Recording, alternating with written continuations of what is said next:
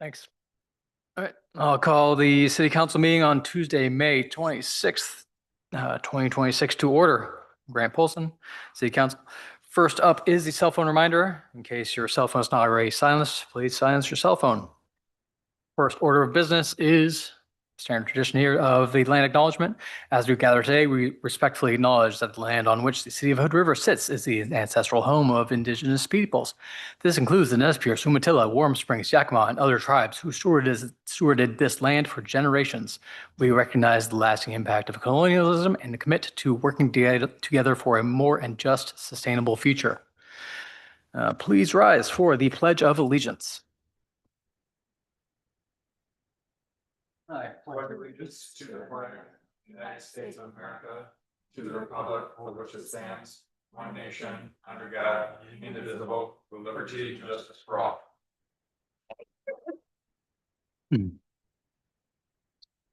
Abigail, any additions or corrections to the agenda? Thank you, Councillor. No additions, but I do have a request. At the agenda shows doing the urban renewal agenda last. And I would like, if possible, just to move that up after action items. So we would finish the business, adjourn to cover urban renewal, and then come back for city manager comments, council comments, and other discussion. All right. That sounds okay? We'll move urban renewal up to just after action items. Done. All right, next up is business from the audience. Brief script.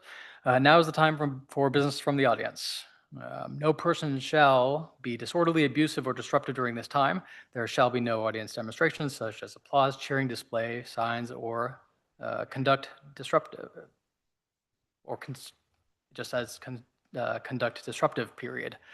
Such conduct shall be cause for immediate termination of business from the audience by me, council. No person shall address council without first being recognized by myself. Please state your full name for the record when it is your turn. I have a list. First up is Chris Bossy. Got it.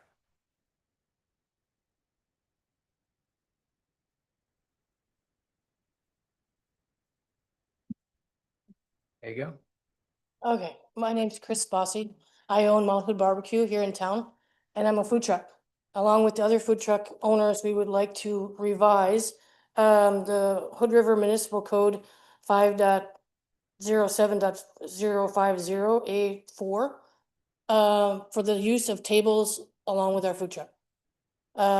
We have a lot of customers that want to enjoy the Pacific Northwest, want to eat outside, and just like the little parklets you guys make in town here for the restaurants, we would like to have them also for our food truck, because I mean, we have, if you bring it home or have to sit in the car, it's kind of defeating the purpose of enjoying the Pacific Northwest. So we want to have kind of evolve it, because we have the elderly from Hawks Ridge come out, and I had to literally tell a woman the other day that 98 years old, that she couldn't do it anymore, because we had the tables up, because we were told from Michelle for the health department that once we got our bathroom with hot water, that they could wash up afterwards, that we could also have tables. Well, according to the ordinance, no, we can't.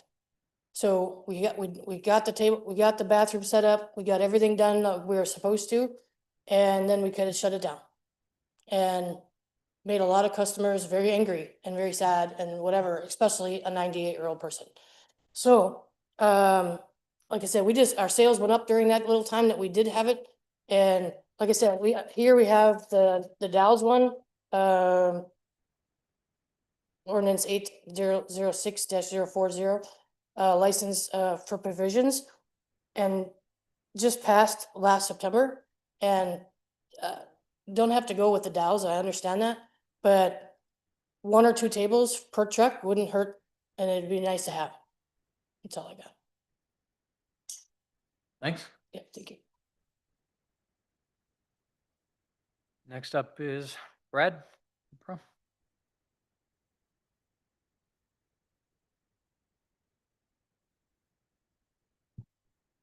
Hi, Bradford Perone. I have the Hotel Thistledown on Oak. And I'm here to talk about the loading zone that I'm trying to get in front of the building. And Abigail has been kind enough over, like a year now? We've been working on the process. She's been helping me get through it. And I really appreciate being able to reach all of you council people in person, and look forward to maybe having Ben and Doug if we get an opportunity, because I know you're really busy. But I know that the parking issue is probably going to be something that's going to be addressed further down the line. And I'm really concerned about this summer, being that kind of when I started the process, I knew we were going to have some issues. But now that the light well is not valet and all their people, literally all the parking spots around the building are being occupied with those other, with the permits for the hotels. And so that even puts more pressure on people are having to get out they double park on Third Street. We try to tell them not to, but they do. And then they will take their luggage in, get their parking pass, and then go park their car. But getting out on Third Street, other people that in the building that might be getting a tax return or dropping their kids off for counseling or the doctor, it's just a dangerous situation. And so I'm hoping that Abigail kind of has me going through this process where I'm requesting that, and I'm hoping that it doesn't get lumped in with the parking of lieu of, all of the other parking issues, because it is kind of an immediate situation because of the danger of people getting out there. And Anna was there, and she looks down on the street, so she can contest that it gets very busy and it's a hill. And so when people come down Third Street and they've got their doors open, it blocks people onto Oak Street. It's just creating kind of a crazy situation. So I'm hoping that we can figure out the process of, it could be temporary until the council works out a longer strategic plan or whatever. But I'm just here to see if there's a possibility that this might be pushed in a different direction to try to get this to take place. So thank you. Yeah, thanks. Counselor, if I may, I just want to interrupt. There's a mystery person on the screen, and I just wanted to note that Mr. Tice is a consultant for, and we'll be speaking when we get to the utilities. So, Mr. Tice, you're welcome to turn off your camera if you'd like, but we can see you in the chamber, and I wanted everybody to know who you were. Thank you.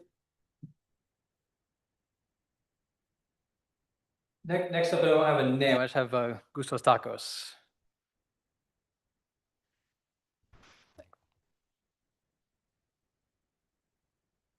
Yeah, just make that great. Thank you. Ready? Yep. Okay, well, it's the same thing, what you say, we just want to have it like a tables, maybe at least 1-2 tables outside. Like I said, the place we have, there's a lot of parking everywhere, we have places that can be safe for put tables, like make sure everything's safe. Put signs that people really slow down, or we can have tables. Or what need to do for hot tables, because like I said, Rinconcito is a food trailer too. You have a lot of sitting outside, like 2 or 3 tables outside. Red Carpet is a food truck too. You have tables outside. I wanna know what I can do too for hot tables. I don't know what's the difference, what to do for hot tables. Let me know how to do it. I do the same thing. I just wanna know. All right, thank you. Yeah, and then just can you state your name for the record, please? Sorry, my name is Gustavo Delgadillo. I own Gustavo's Tacos. Yeah, thanks. Thank you. Then Leonie, thank you.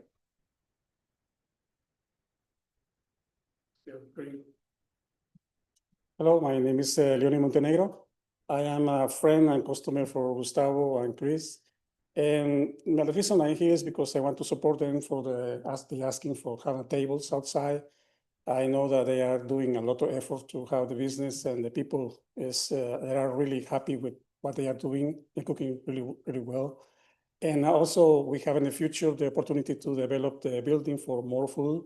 And I want to support them for they asking for having tables or chairs for the people can sit down and having food, eat meals there. And thinking about people to come town that they are from other cities, they really enjoy to be there and having a little time with the families. This is mostly what we're asking for. Yeah, that's all. Thank you so much. Thank you. That was everybody that was signed up to speak. Thanks. All right, next we have a presentation from the Fire Marshal, Andy Dwyer.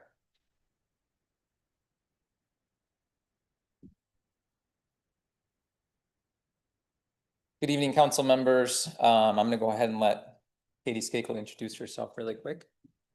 Good evening. My name is Katie Skakel, and I'm the new Emergency and Resilience Program Manager for Hood River County. And looking forward to working with the city on our wildfire plan and working with you all. Thank you. Thanks, Katie. I'm going to go ahead and share screen.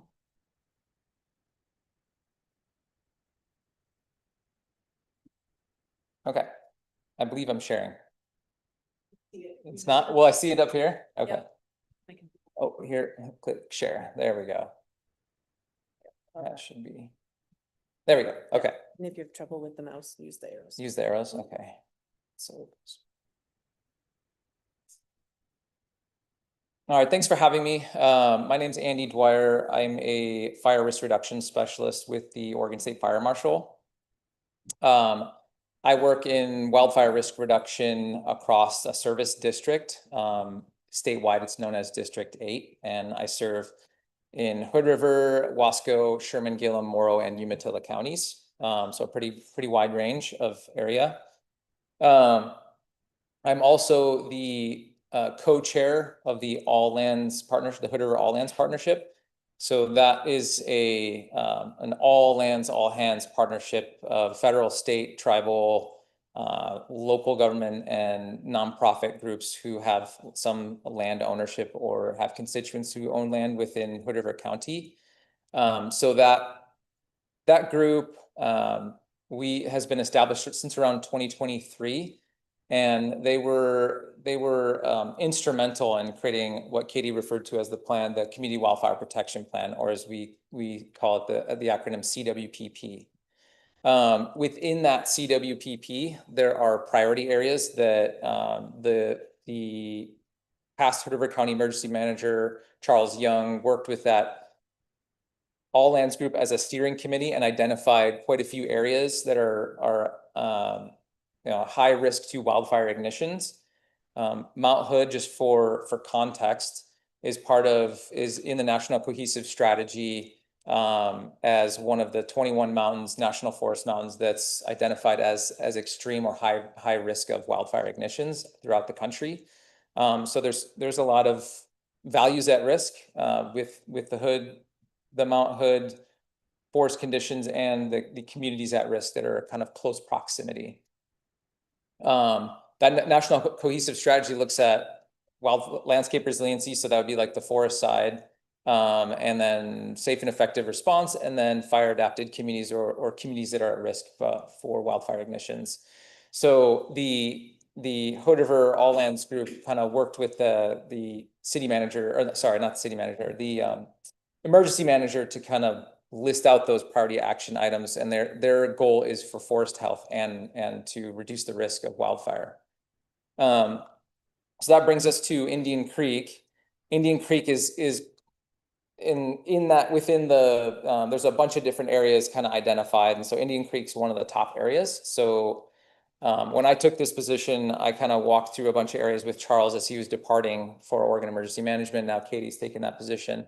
And Indian Creek was an area that we walked, and for values at risk because of the neighboring communities. There's and past history of ignitions in the area and the fuel and topography, the conditions of the area. So it's a high priority. And so any chance that we could get work done in that, fuels mitigation work done, we kind of jump on it. It's a challenging area because of the patchwork of land ownership. There's a lot of cross-boundary land ownership between local, private, and utility lines in there as well. So Pacific Power has property. So keyword, big takeaway for this project was partnerships. We worked with, there's quite a few Firewise communities that are in Hood River. Firewise are National Fire Protection Association, U.S. Forest Service program for neighbors, kind of working with neighbors and communities to kind of help reduce the risk, led by those community members. So one of the Firewise members in Hood River County kind of approached myself and a few others about bringing in a group called the Ant Farm Group. That is a community services-based organization out of Sandy, Oregon, and they have a fuels reduction program. So they pull in grants from the state and federal grant programs, and they have a bunch of fuels crews that kind of come and do these projects throughout the area. We didn't think that they'd be able to kind of come all the way to Hood River because they're primarily on the west side of Mount Hood. But because of the area being identified in the CWPP, and because the communities at risk if a fire were to move through Indian Creek corridor, they were able to kind of come in and say, yes, we'll come in and spend a week here and doing some fuels reduction work, primarily for training and for their staff, and to kind of help identify, or at least showcase a pilot project of what fuels reduction projects could look like. So the first slide you see here is kind of the Ant Farm crew in action at the Indian Creek corridor in parcel 300. And I will scroll down. Let's see. Oops, sorry, it's fast. So we had them come out in March. It was in the Indian Creek corridor. The land ownership was the Port of Hood River. So if you see coordinating partners, there was quite a bit. The land ownership was Port of Hood River, but the vegetative management is run by the city. So we needed to have multiple partners bring in addition to trail maintenance, I believe is done by, it changes, but the county, the city, and Port of Hood River all have basically values at risk there. So that's who kind of manages the whole area.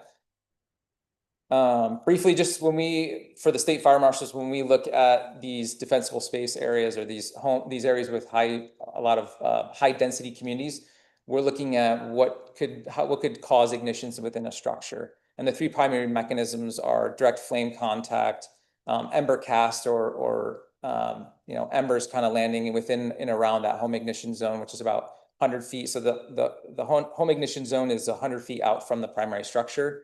And then radiant heat. So if something catches fire and for example, breaks a window pane and then embers kind of get sucked in, that's how we look at what could potentially cause these ignitions. So here's a kind of a good example of, you can see the vegetative line kind of cutting through the two communities at risk. And that red polygon is the area that we identified as a pilot project to bring in the Ant Farm crew, maybe just primarily because topographically it was easier to have access. It's really steep in there. And the fuels were really dense. I have a few before and afters that I'll show. There have been fires in the past. If you kind of look to the east, the northeast area, so ignitions have started kind of below and kind of crept up. So for response, it's a difficult area just because of that topography and because of the challenging access. So this specific area with the polygon would act as a holding feature for response should a fire start to move through there now that fuels have been reduced. And there's kind of a shaded out area, so parcel 300. And then just to give you an idea across from it, in this kind of polygon here, or this land ownership block, is the city. These are private residences, and then we have Pacific Power We needed ant farm crews to be able to stage some equipment, so we needed to be able to have contact with Pacific Power to be able to access their land. So again, it took a few months of coordinating efforts, building those relationships, getting buy-in, but not only getting buy-in, but getting, buy-in is to get the crew here, and then now it's to kind of build excitement for this work. This is a brief summary of the crew's experience. I won't read it. I just wanted to post it because that came directly from Ant Farm. One thing that surprised me, because of the high trafficked area, we anticipated, interaction with the public. We didn't know how that was going to look. Sometimes it's good, sometimes it's bad. But it was overwhelmingly positive. Once I myself was out there, I set up what's called a trap line. So it's an informational line to kind of meet and talk to the people about what was happening. And then when I wasn't able to be there a few days, we had Ant Farm staff that, and their feedback was that the public was in overwhelming support of this type of work. So that was positive. Here are some before and afters. To the left is the before. There's the historic wooden pipeline. So it was pretty crucial that we didn't disturb this, but kind of expose it to, showcase it in a sense. It was buried for most of the area where they were working. Some trees had fallen down on it. So they reduced the vertical, mainly the vertical and horizontal fuel continuity. So that means is they limbed up a lot of the trees. There was ivy that you can see on the left growing up. So they were able to girdle the ivy. They kill out the vines below. A lot of times in these projects, crews will kind of move through an area, girdle the ivy, and then move on. But what that does is it ends up drying out all the ivy that's on the tree, and that can be a ladder fuel into the canopy.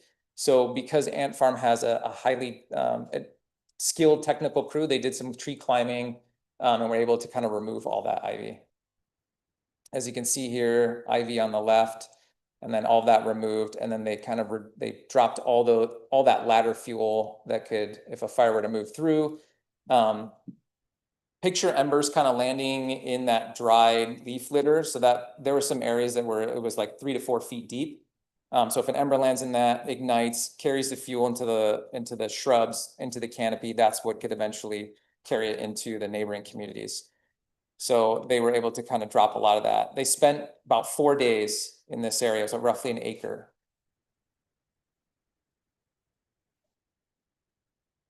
Yeah, do you want to ask as we go, or, I mean, it's up to you. Yeah, sure, go ahead.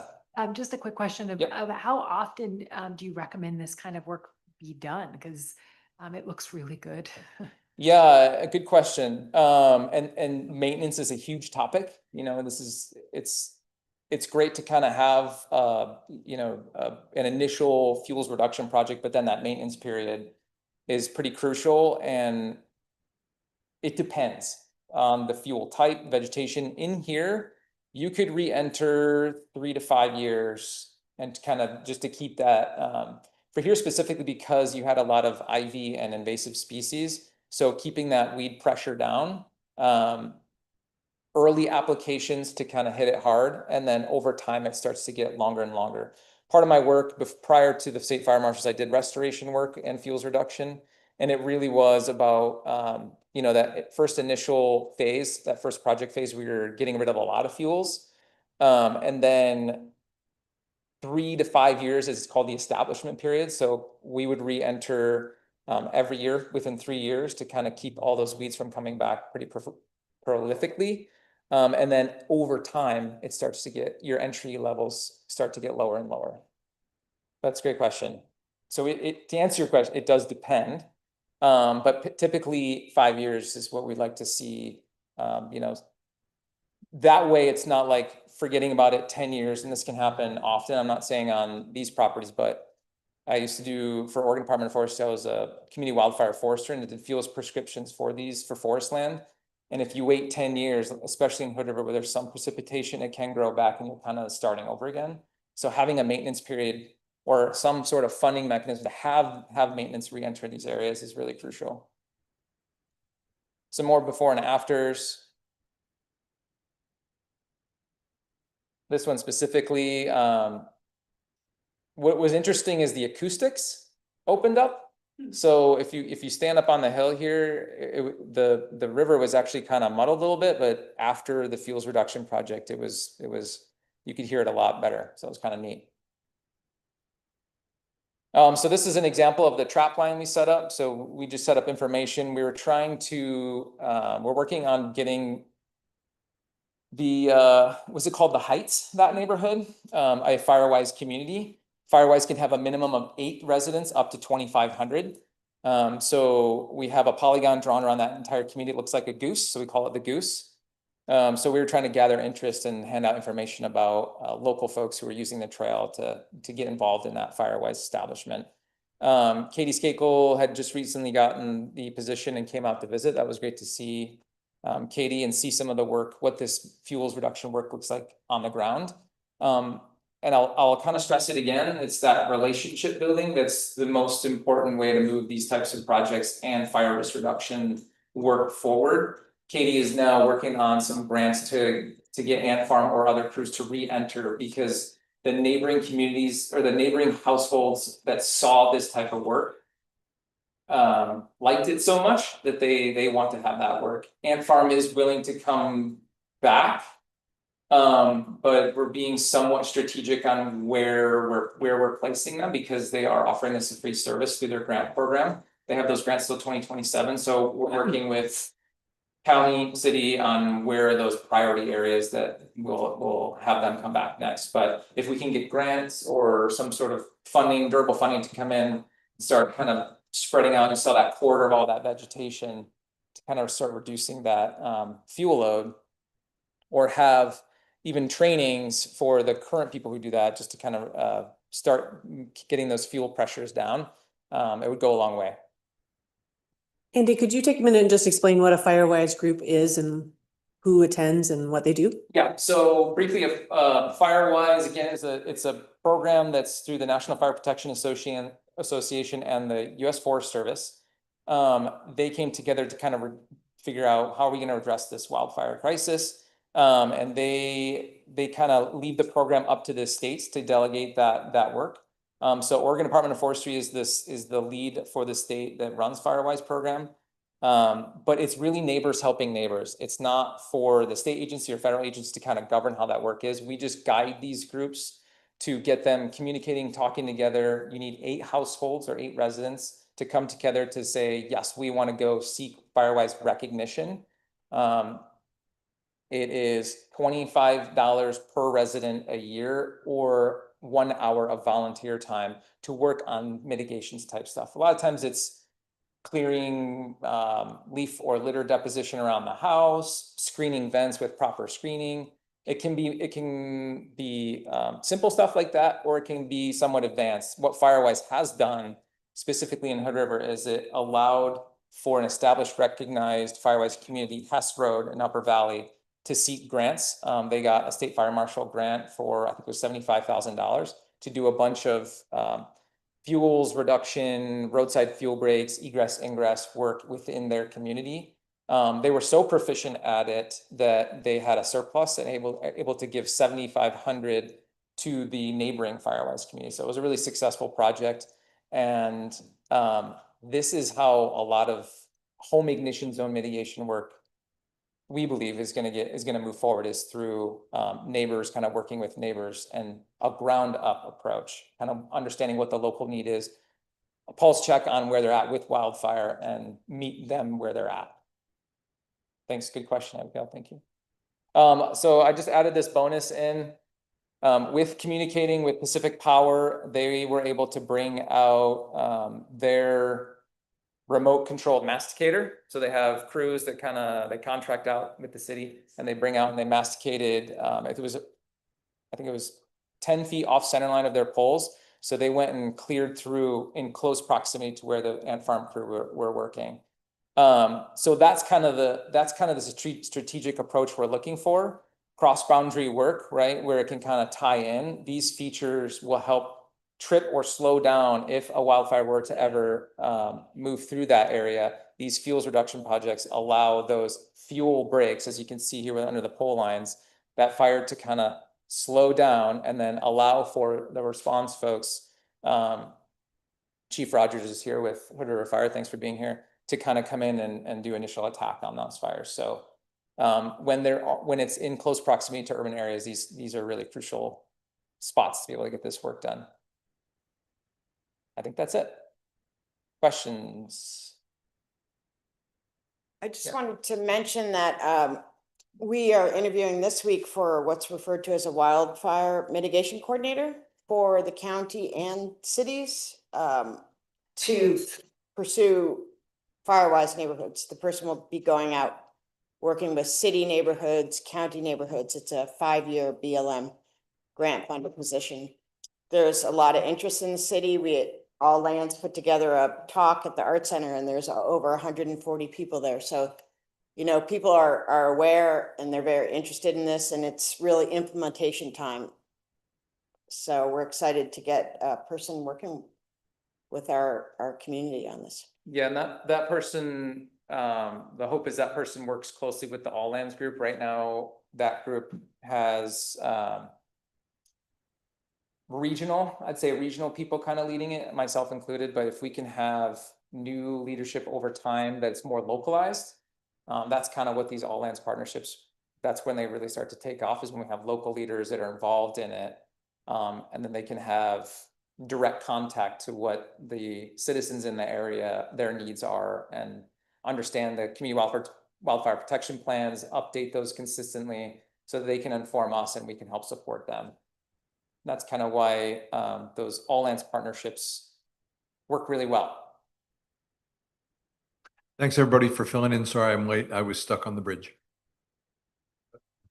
Thank you so much for being here.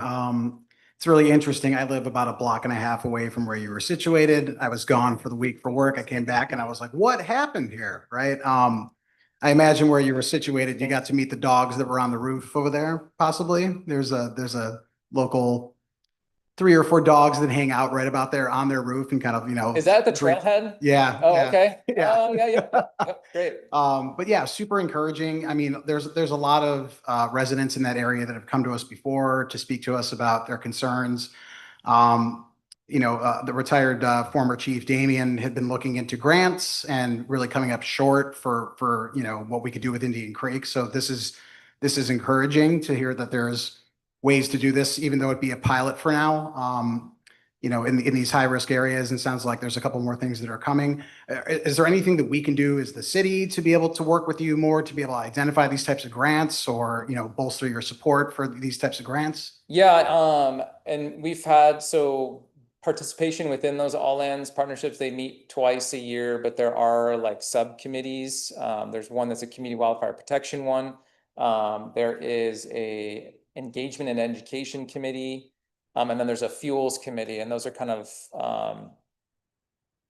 they have like sub leads that they help run that. So getting involved in that, we host them at the Hood River Fire Station. And we have had Chief Rogers show to those. So just active involvement, understanding, where the directions, and being involved in those community wildfire protection plan updates. We typically like to see them updated every 5 years. If they go out of that 5-year period, then they can't go after those large federal grants like a community wildfire defense grant. But we have maintenance cycles through them. So one of them's coming up, and those subcommittees look at the CWPP, and they're always working on building plans on how to implement these projects. Like, who are the landowners? What would be the cost to implement these projects? All that takes time and planning, so that when dollars do come in, we can have shovel-ready projects. That community wildfire defense grant, the county went for it last year and was unsuccessful. So there was 4 rounds throughout 4 years. We're still waiting on the 4th notification of funding. It hasn't been released yet, but being involved in that from a local standpoint, to be able to come up with a competitive application, that's up to $10 million to bring in for this type of work. The language from that was pulled and put into a Bureau of Land Management Community Assistance Grant, because there's a little, on the east side, there's a little patch of BLM land. It's like 130 acres or so. Because you have that patch in there, we were able to go after this community assistance grant, which then is the funding mechanism for the community mitigation coordinator. So getting creative, right? Having that access to the Hood River All Lands group and those partnerships to have thought partners and get creative on how we're going to pull in funding from different areas. I mean, that's critical. Without durable funding, that's how we have to do it, is build those relationships and partners and get folks excited. I will be presenting this to the Port of Hood River board next month, just to kind of continue the momentum, spread this word, and let folks know that we're working on this stuff. We're planning all the time. Those groups are meeting, some monthly. So it's important for the community too to know that agency people are actively working on this stuff, and we're trying to reduce the risk, because we're year after year it seems to be getting drier and drier, and so we want to make sure we're getting ahead of it. Thank you. Yeah, Chief Rogers, if you ever want one of us to attend one of those meetings with you or anything like that, or debrief, I'm sure one of us would gladly, spend some time to do that. Thank you. Yes. Right. Chief Polson. Yeah, sorry. Councilman Polson. I'm so used to calling everyone chief because I'm used to dealing with chiefs a lot, but anyway, yes, Councilman Polson. Sure. Regarding scale, how much is it comparatively to go into an area and clean up an area versus maintain an area? Yeah, so the ant farm crew, they gave a few cost breakdowns. I asked them to separate out arborists because that's not always what's needed in fuels reduction. Sometimes if there's trees within a fallen of a structure, you need arborists, but when you're just falling trees and reducing fuel continuity, so that's continuous fuels, it's more cost effective. It was roughly, without the arborist, it was like half the amount for that initial fuels project. And then as you kind of do the maintenance period, maintenance can look differently depending on the area, right? This is Indian Creek Corridor, so this topographically challenging, access was challenging. But the maintenance period, once you have some establishment in place, is often less expensive. Or are we talking like 10% of what it costs to clean it out? Couldn't put a percentage on it. Rough numbers, the 1 acre was about $2,500 for their crews to come in and do it. But if you have, say, like Public Works to come in and just, cutting down that ivy, girdling it, reducing some of those small caliper trees, I mean, you could do it for less than that, I would say. Sure. Yeah. But that's part of what the All Lands Partnership Group is looking at. Like, they're taking these priority areas within the CWPP and saying, we're trying to use pilot projects like this to say, okay, if we can scale this up, what's that going to cost to do over time? Right. Yeah, just for implementation. And then, then we kind of come in with a maintenance. Right. I was just trying to consider implementation of reducing Yeah. fuel load versus maintaining that reduced fuel load and saving that as a risk reduction cost benefit. If that thing. So if you can re-enter the site, within a few years after, you save costs versus taking time to let it regrow and then re-entering. Redeploy, remobilize, Yep. coordinate between all the agencies, get Yep. them to do all that whole Yeah. process from scratch. Exactly. Okay. Yep. All right, thanks. Anna. I'll ask one more question about your ant farm crew. You said they were a group out of Sandy. Sandy. Who are these wonderful people? Like what does it take to create a franchise here? And is this something that I was at the high school today talking to their environmental club, and I'm sure this would be something that they'd be interested in. It's not like you want to give a bunch of high schoolers some chainsaws and go, Yeah. go for it. But, talking to folks in our community college or the high school level, or just getting out there and creating a similar organization here, what does it take to make something like that happen? Yeah, I mean, they have kind of like a workforce development group. So they bring in people that are looking to gain these skills and then work for like Asplund or some company that does tree limbing or tree work. So, and they get some wildfire mitigation experience.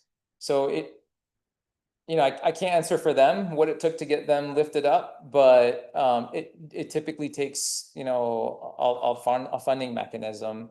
And then that's kind of something that the All Lands Partnership is exploring. How do we build a sustainable fuels crew that the county could utilize, the city, whoever, right, in the Gorge area that we could tap into and potentially use for a response to. So those are things that we're exploring. But it takes kind of like putting those applications together, getting a grant, a good proposal, a competitive proposal. And then it takes agencies to say like, yeah, we'll take that on and we'll kind of explore what hiring on seasonal staff. So Mid-Columbian Fire Rescue, they bring on seasonal wildfire defensible space crews.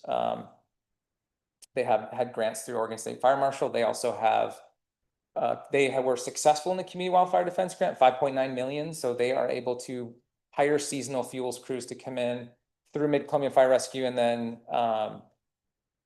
when it goes over, there's funding reasons that they need to kind of switch them over to the Soil and Watershed Conservation District so that they can transfer them over. But because of those partnerships, all that money flows through them and is able to kind of be flexible with where they put these crews. So to answer your question, it takes funding. Really good question though. Thanks for being here. Thanks for the good work. All right, thank you all. Cheers, thanks. Do I cancel this or is it not? Oh, Next, we have Jessica Mehta from McKed. Welcome, Jessica.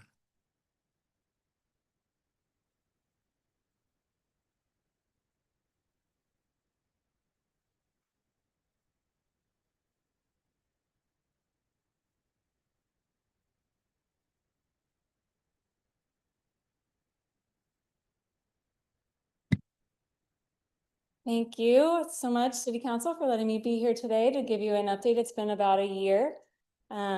So I'm the Executive Director for Mid-Columbia Economic Development District. Our mission is to promote the creation of family wage jobs, the diversification of the economic base, and the growth, development, and retention of business industry within. This slide needs an edit because we are now 6 counties. So it's at a 5-county district. As of late March, we include Gillum County, which is something that had been in process for years, actually. We are federally designated by the U.S. Economic Development Administration, and so changing the boundaries, one is something that the McKed board wanted to take a lot of time with to make sure that it was the right decision, and then also just took time with the EDA. So, but now we do include Gillum County, which is only another 2,000 people. So, and it's really far. I've driven out there. It's very far away. So, our board of directors, I guess just to say in general, I'm just giving you an update on what McKed does in general and the ways that we interact with the city. I'll try to highlight some things that are new or different over this last year. Our board does include a county commissioner from each of the counties, as well as a representative of the cities of each of the counties. And so in Hood River County, since there's only 2 incorporated cities, it rotates every 2 years between Cascade Locks and Hood River. And right now it is Councilor Gecky is your representative. We also have a representative of the ports from each side of the river, the chambers from each side, and then we have 8 private sector representatives for things like healthcare, high tech, ag, forestry, just our key industries. We group our work into 3 focus areas, and I'll go into details on each of those. So under business assistance, primarily we have our business lending program, which I'll share some details on. We've been able to, through some grants that we've gotten from Business Oregon in particular, we do a lot to focus on supporting entrepreneurship and innovation.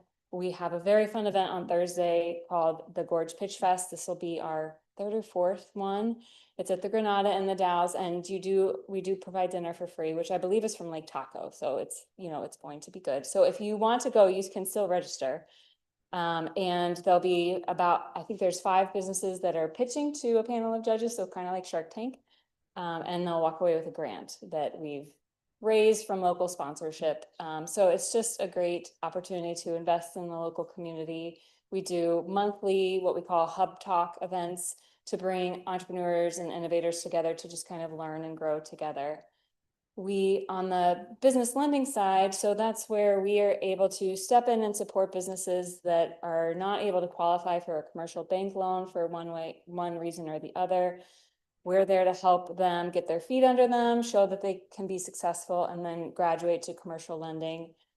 This is a selection of borrowers in the city of Hood River.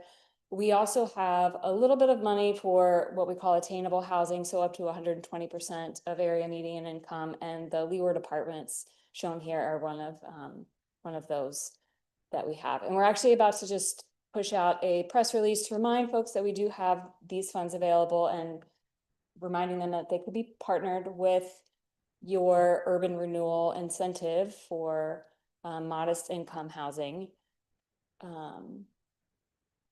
I think I might have that later, but I definitely feel like those could work well together to just basically to show how all the ways that our entities are working together to support the need for more workforce housing in the Gorge.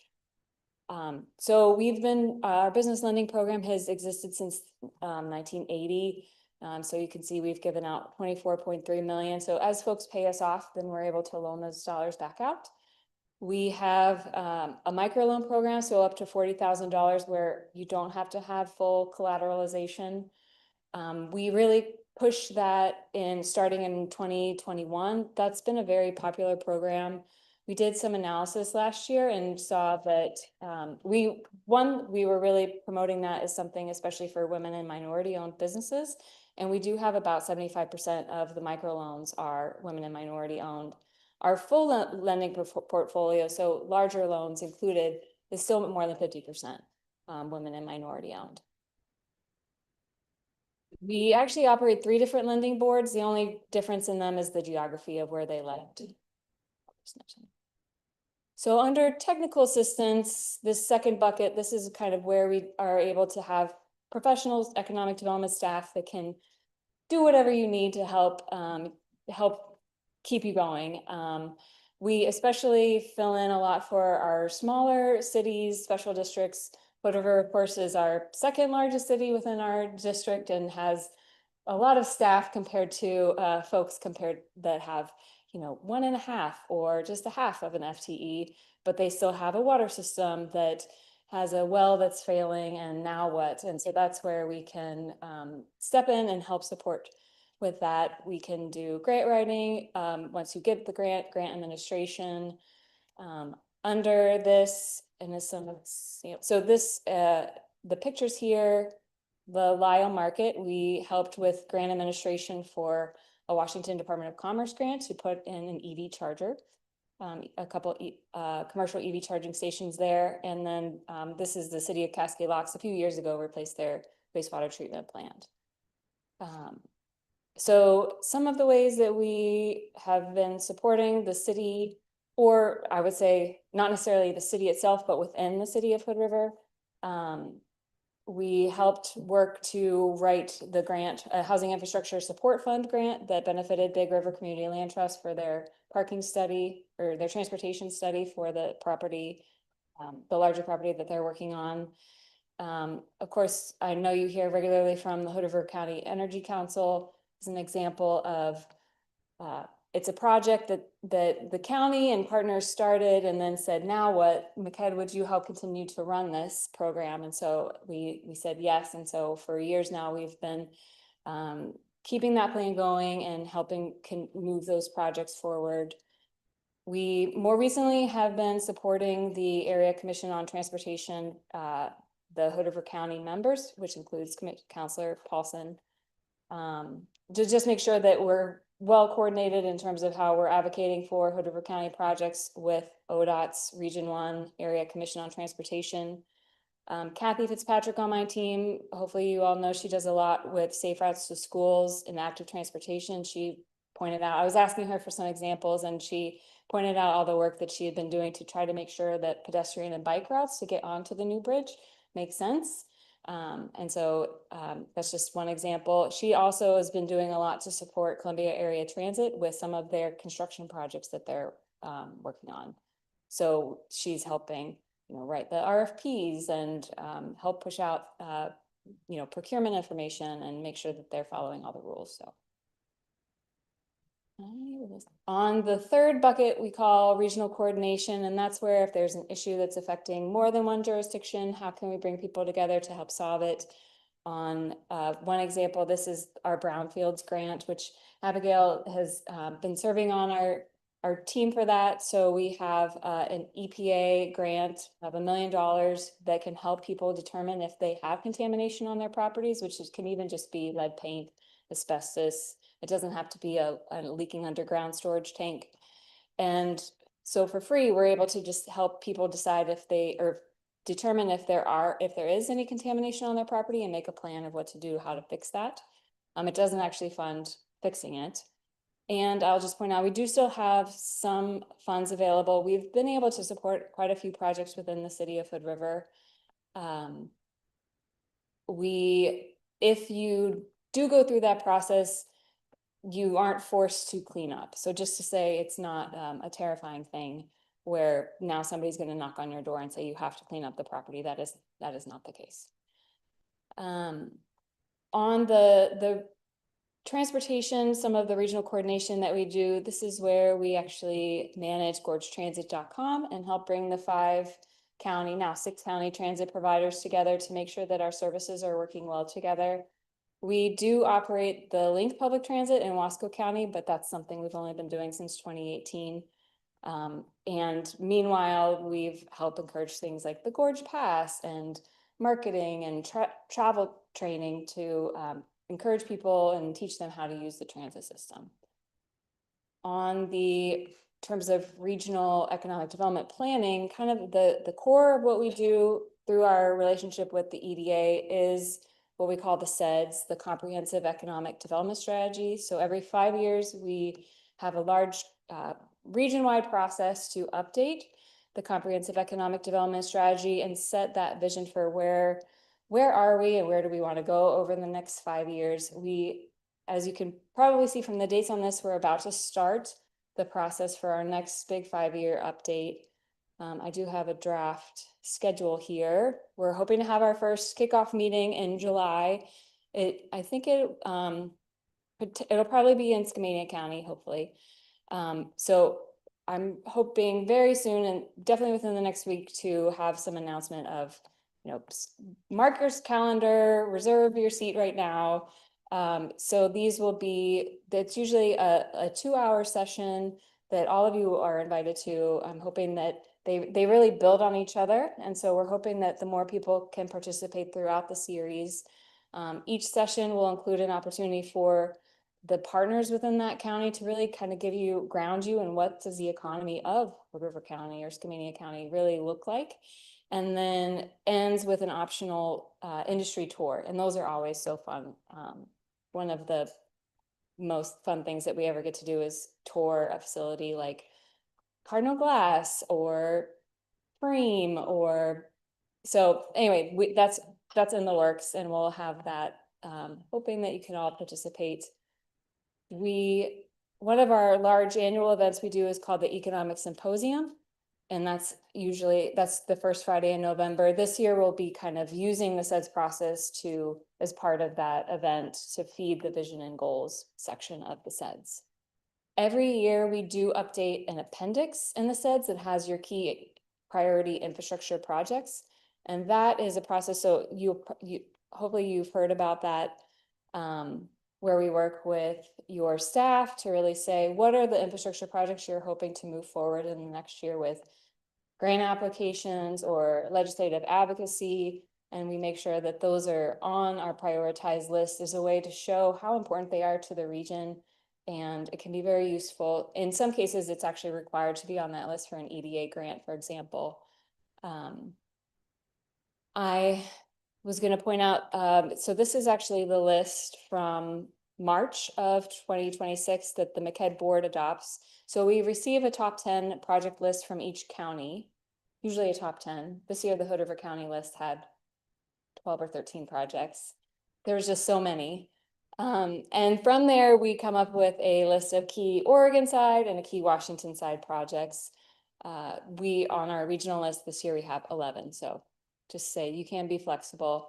The bridge has been number one, either on our Oregon or Washington list for a long time now. It'll be so great when it doesn't have to be on the list because it's going to happen. We also have included the elevated sewer line for Hood River for quite a while. That is such an important project. But as you can see, many of our small cities are really struggling with water. Wastewater is a key issue across the region. Broadband, yeah. We do have the county courthouse as well, since that's so important. So just because I know housing is so important to the city, some of the ways that I do see us overlap, Dustin had suggested I kind of highlight some of these. I mentioned our Attainable Housing Revolving Loan Fund. We do have about 2 million available right now. The whole fund is only 2 million. But just in terms of revolving and interest that we've earned, we do have about 2 million, which is why I'm going to send out a press release to see what kind of interest we can earn as people are paying off the loan, and make sure that either the rent or the sale price on the home is affordable for folks earning up to 120% of AMI. Unfortunately, once it's paid off, it doesn't have any kind of deed restrictions to like permanently ensure it's affordable. We also have been exploring ways this could work with the MURL program, which I know that you've been looking at. I think that those could work really well together, and also with the West Side Housing Incentive. As I mentioned, housing does show up within the comprehensive economic development strategy. One of our key goal areas is infrastructure, and under that there's a housing specific one, because housing is so essential to a strong economy. And as we see, the lack of available and affordable housing is one of our biggest economic issues. And so as we are building the CEDS, it'll be a good opportunity to check in on what are we doing as a region and what more could we do on it. Grant writing, for example, as I mentioned with the Big River Community Land Trust project, and then just information sharing. Periodically, we've held kind of different opportunities to share information either with employers or with planners across the region, for example, to just make sure that we're all staying in touch as much as we can on ideas to address the problem. I would say I mostly am asking Dustin to tell everybody else what the city of Hood River is doing, because I do think you're a lot farther ahead in addressing the housing problems. So that's everything, and I'm happy to take any questions. Thanks, Jessica. And I think Doug beat me, but I have a couple of, one's kind of a silly question. Just kind of, I wonder if there's an easy way you could describe the distinction between MCED's role in economic development and the port, like ports generally, their role in economic development. So that's one question. Well, I have two more, but go ahead. Okay. So economic development is really a team sport. We all have our little pieces, MCED, the chamber, the port. Sometimes like the city of the Dalles has an economic development employee. In general, I feel that the ports are focused on, developing and maintaining their industrial land supply. And to some extent, they're involved with business attraction, which is not a area that we focus on. We tend to focus a little bit more on that infrastructure development and those regional coordination pieces, and the business lending program is unique. Okay. That kind of goes into my second question about the infrastructure. You had in your presentation mentioned potential economic opportunities to support workforce housing. One thing that would help us get housing moving along a little bit is if we had the money for the infrastructure for like the wine country roundabout and that kind of stuff. Do you guys also help with like infrastructure? Like, can you help us with some of the road, like costs? Is that something that MCED does too? We can, the roads actually do show up sometimes on the SEDS list. The roundabout is on the county's top 10 priority. It just didn't make it onto the regional list. So from that standpoint, we're writing letters of support, we're helping share information. Your staff is really well informed in that. But so yes, we are here. If there was like labor standards or grant administration, we could do that for that type of project as well. All right, my last one. Do you have any advice or tips for the city on how we could leverage collaborative relationships to drive development more local? I just went to a presentation that I was gonna include some of the pieces on. It was, I think there's things like related to, buy local campaigns. I think just in the ways that you've encouraged, local Wednesdays with free parking downtown. So ways that I think that you're encouraging people to invest in their community, I think is really helpful. It also talks about just like, ease of permitting and like flexibility on, using historic buildings. So all those things that I know that you're thinking about, and I can, I'll share with Abigail a list of some other things that were in a slide from a presentation I went to. There was a WealthWorks, like a wealth creation summit of like, how do we encourage more local wealth development? So I'll share some of that too. Thank you so much. I really, really appreciate all the work that you are doing. Thanks. And reaching. Thank you. Thank you for being here like you are every year. I'm starting to get used to you being on the other side over there. So welcome back. One thing that piqued my interest is you mentioned a couple times, your incentive programs for attainable housing and whatnot. So it'd be nice to sort of get together. I chair urban renewal with Will to possibly talk about ways in which our affordable housing bond could maybe have some synergies with matching funding or some funding that would be coming from MCED. So I actually just had coffee with Will last week too, that he asked to just make sure that we're staying up to date on what both of us are working on related to housing. And we did talk a little bit about the bond, and happy to keep in touch about that. Yeah, I'll follow up with Will and we can discuss for sure. But yeah, thank you so much as always. Thank you for being here and thank you for the work that MCED does. I was just curious, one of the issues that, we have, and it's not just for the city of Hood River, but, I think there's a lot of desire to build housing out there, but it's not really happening so much right now, at least the housing that we really want to see in the city because of, economic constraints and interest rates and stuff like that. I'm curious to know, are you seeing, how much interest are you seeing in terms of those loans, housing loans that you mentioned, in terms of people, actually utilizing these? Because, we also have a bunch of incentives directly in the city of Hood River, but, for a lot of that, we haven't seen a lot of movement in the last couple of years just because of the economy and being regional as opposed to city. I'm just curious to see if people are utilizing these, where is that happening? And if you're seeing any kind of dip in that utilization over the past, 2-3 years. Yeah. And I should have mentioned that the Westside Urban Renewal Housing Incentive is actually something that we've or half in on as well through the Oregon Investment Board, which is one of our lending boards that we manage. It's been slow. We actually haven't made a new loan in 2 years on the housing. And it's usually, we don't have a ton of interest in that program anyway. I don't know if it's just, maybe we don't do a great job of getting the word out. With 2 million, it could, go really quick. The last one was a duplex that we helped build in the Dalles. But before that, it was the Leeward.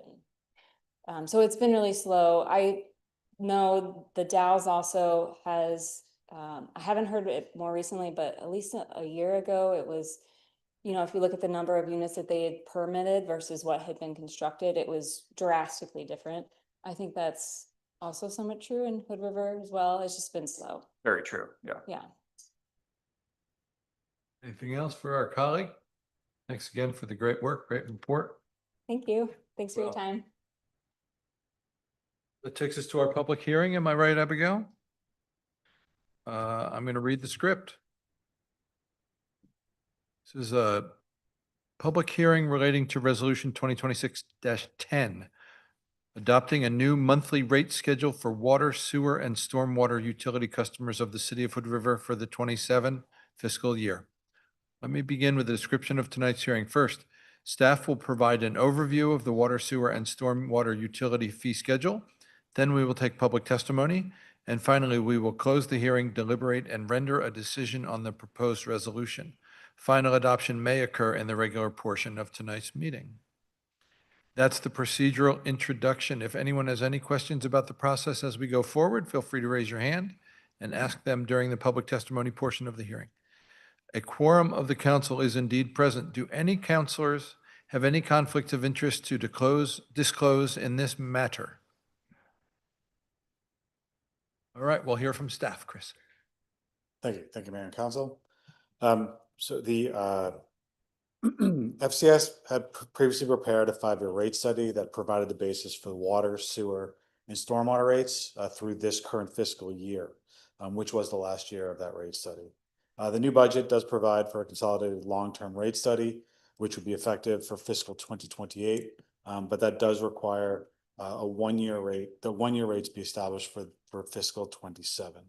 The documentation that was provided as part of the council materials is a 1-year sewer, water, and stormwater rate recommendation, which addresses the best practices and utility fund requirements for the upcoming fiscal year. This utility rate schedule as presented is the informed product of 2 concurrent studies. The first was the Bell Design Stormwater Master Plan and the associated fee impact study by FCS, which was presented to council earlier this year.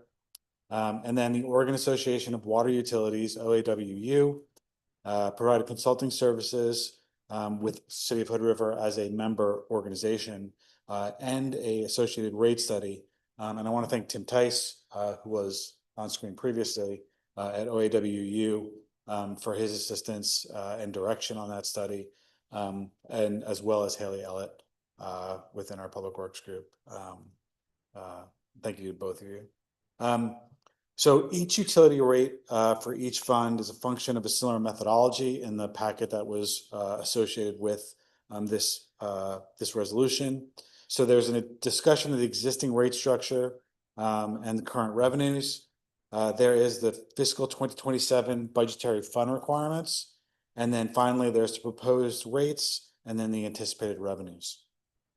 For each utility, the City of Hood River seeks to develop financial policies and strategies around utility rates which provide adequate revenue to meet the operations and maintenance costs, including for all capital improvements, distributes the costs equitably among the various types of consumers, and then are consistent with established best industry practices and are simple to understand and simple to communicate. Working backwards through the packet, starting with stormwater. Stormwater rates are currently charged as a fixed dollar amount per equivalent dwelling unit. The Bell Design Master Plan, which was presented to council in December, addressed the needs of the stormwater system, which will require significant capital improvement. And they also prepared and provided a 20-year implementation plan. FCS then followed that recommendation, utilizing a capital to develop a rate study recommendation based on the capital plan, which was also presented to council. While the improvement plan will need to be fully diligenced and prioritized, there's no question that the system will require significant investment, and staff recommends implementing FCS 1-year rate increase currently from $11.03 per EDU to $13.24 per EDU. The revenue from stormwater after these adjusted rates are estimated to be about $1.1 million, which compares favorably to the fiscal 27 operating requirements.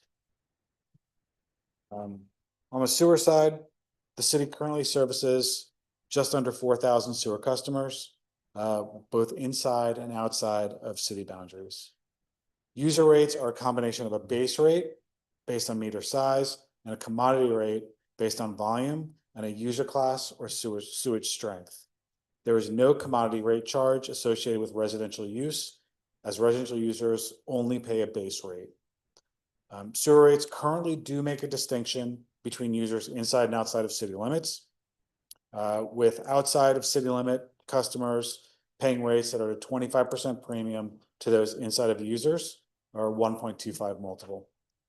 The utility rate recommendation for fiscal 27 is to retain the existing rate structure, increased only for an inflationary factor for both rate base and commodity rates, which generate revenues sufficient for budgetary requirements.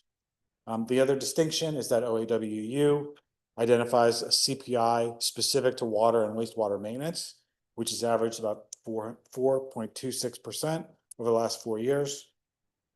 This rate is recommended to be used as the CPI for the inflationary increases to base and commodity rates. That's the only change for sewer. For water services, just over 3,500 customers, again, both inside and outside of city boundaries. They are categorized into residential, commercial, industrial, multifamily, and then irrigation classifications.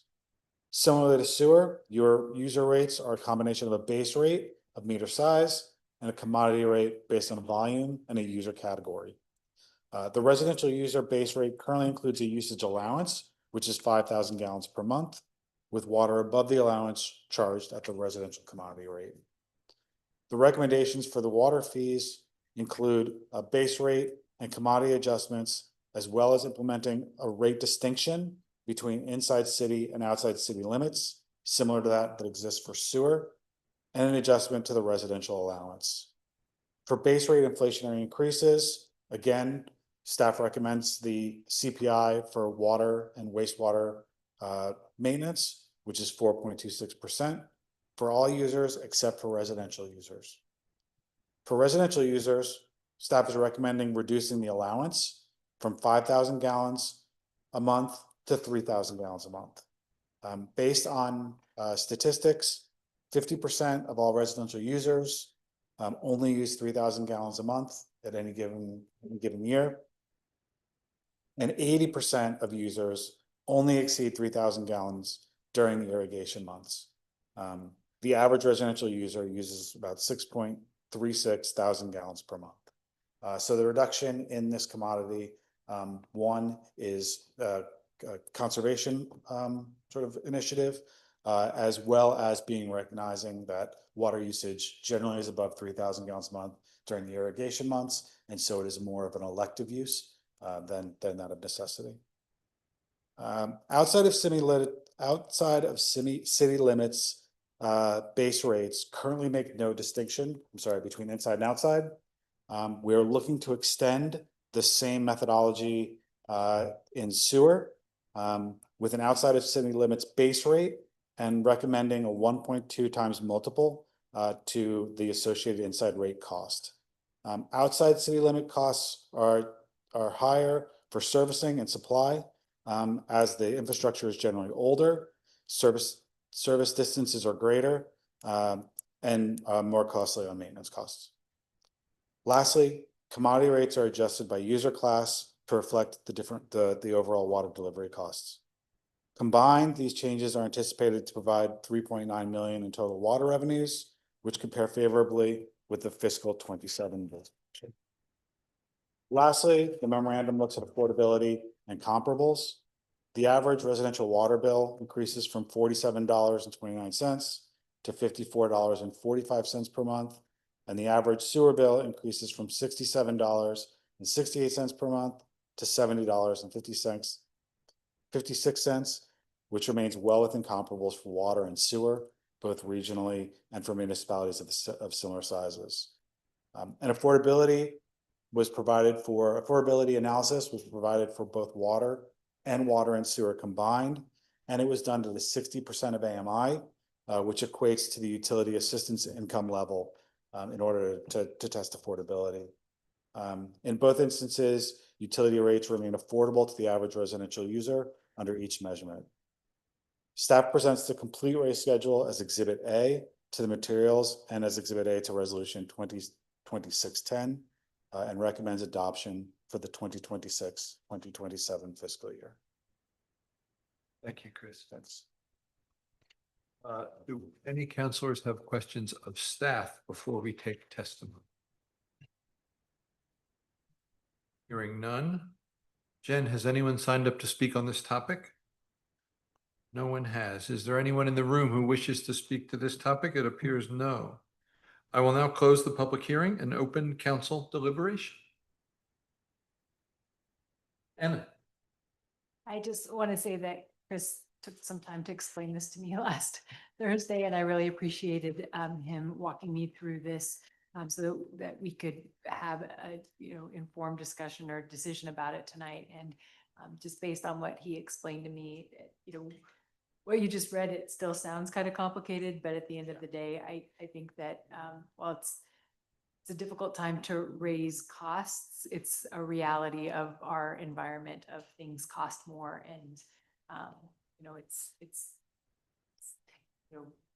as we were discussing it last week, I remember saying you don't ever hear anybody say, good news, we're lowering the cost on things, because that just doesn't happen anymore, because the services that we're providing to our community, it costs us more to provide them as well. And so this is a necessary in order for us to keep the level of service as it is. And it's not because we're electing to do this. But yeah, I just want to say thank you for taking the time to talk me and walk me through that. Thank you. It's a fairly substantial policy shift to do 3,000 instead of 5,000. I'm excited that we're moving in that pro-conservation direction. Doug? Yeah, I just want to second, thank you so much, Chris, for the prep in terms of meeting with all of us individually and making sure that we understand the basis for all these changes. I'll echo the mayor's sentiment regarding the change regarding water. I think my first question about that was how much of that is people watering their lawns in the city, and seemed to be pretty substantial. I can definitely remember some years back when people were putting signs in their yard when we were in a drought and saying, don't waste water on that. So I think, having an incentive that's monetary to do that is definitely going to be very helpful in that. And also great to see all the work from the stormwater project being able to inform what we can do there as well. I know stormwater has been an area that's been definitely changing in terms of utility rates and all that. So I'm just glad that we're modernizing, and thank you for all the work that you've done. Yeah, I really appreciated the analysis. I think a lot of times that, people feel frustration, myself included, is when something goes up and you have no idea why, like my internet bill, just like, why is this going up? There's no reason stated to why this is going up. And this is a really sound methodology in here that, as much as don't like to raise rates, and especially right now when everything is going up, the strategy behind it and the reasons for doing so are pretty clear. So I appreciate having that laid out to all of us here on council. Eventually a motion, but no rush. This is an important topic. Thanks, Chris, for a good presentation. Thank you. I move that City Council adopt Resolution 2026-10, adopting the water, sewer, and storm utility rate fee schedule for the 2026-27 fiscal year. Moved by Paulson, Second. second by Cavallari. Further discussion? All in favor? Aye. Opposed? Chair votes aye, motion passes. Thank you. Great. Thank you. Thank you for your time. This takes us to our consent agenda. I move that we approve the consent agenda. Moved by Stepina, Second. second by Cavallari. Any discussion? All in favor? Aye. Aye. Opposed? Chair votes aye, motion passes. Thank you. JT with Will. I don't see Will. Hi, Will. Hi there. I'm here. Joining you from Northern California tonight, but very excited for this item. It's been a long time coming for the jurisdictional transfer of OR 281 on 12th and 13th Streets that pass through the Heights. So in your packet, you have the full jurisdictional transfer agreement. Just as a reminder of the background, I think everyone knows very well, but for the public, this really started with the Heights Streetscape Plan and the 4 years of planning that went into that Heights Streetscape and the broad comprehensive vision that it includes requires us to have jurisdictional authority over the roadway. That will make the process go much quicker and easier and be much less costly to not be working through permit approvals with ODOT. Additionally, we will take over management responsibility and maintenance costs with this jurisdictional transfer, but ODOT did not have any upcoming maintenance projects budgeted in the next 5 years for this roadway, and we already plow it, sweep it, and have even been fixing potholes occasionally. So essentially, nothing operationally changes much with this being under our control. So some of the big points on the transfer is one, getting compensated a little over $4 million for taking over management responsibility. That includes $2.3 million as a direct reimbursement, and that is based on the value of a grind and overlay, and that was the same methodology where to calculate the transfer payment for Oak Street when we took that over from ODOT in 2020. And then there is also compensation for replacing ADA curb ramps that the state of Oregon is required to do under a settlement agreement from a lawsuit, I believe back in 2016. But there's a link in your report. So we are going to complete ADA curb ramp upgrades on Taylor and also along 13th Street from Taylor to Belmont. And we chose to take responsibility to install those ADA curb ramps because we'll get to those as part of the first 3 projects of the Heights Streetscape Plan. But ODOT is retaining responsibility for installing all the other ADA curb ramps along the roadway, the same way that they did for Oak Street. There is a deadline that we need to get all the ADA curb ramps and that we are going to do installed by December 31st of 2028. So that puts quite a bit of time pressure on us, but we think that we can get that done. And if we didn't, ODOT would then install the ADA curb ramps to meet their settlement agreement and then bill us for the cost. I guess last thing I would point out is that ODOT will continue to operate and maintain the traffic signal at 12th and May and charge us for the actual cost of doing that. And that is estimated to be between $3,500 and $4,500 a year. So that would be a responsibility of the road fund. So that's the highlights, but I'd be happy to answer any questions that you have. Oh, I'm sorry. One correction to the suggested motion would be to authorize the mayor to sign instead of the city manager. That's in line with how the contract is constructed. And also it was the Mayor McBride who signed the jurisdictional transfer for Oak Street back in 2020. Any questions, y'all? Ben? I think I'm trying to find it in here. One of the components, correct me if I'm wrong, of this is we have to have or somebody has to have the Federal Highway Authority Administration sign off on this transfer. Is that correct? I thought I saw that in there. Might have misread that. Approval from FHWA is required under transfer contingent upon approvals. Yeah, ODOT is handling all that for us. Okay. Do we have any idea of like what the timeline would be on them signing off on that? Are there any concerns, I guess, in terms of the deadlines that we have? Okay. Yeah, no concerns. I should have mentioned that this will have an effective date of July 1st at noon. So everything I'm hearing from ODOT is if we approve this tonight, we will be on track we'll be on track for a July 1st transfer. And I actually just got a pop-up message from our contact at ODOT, which is really nice that he's watching, and he said FHA has already approved. Oh, great. Thank you.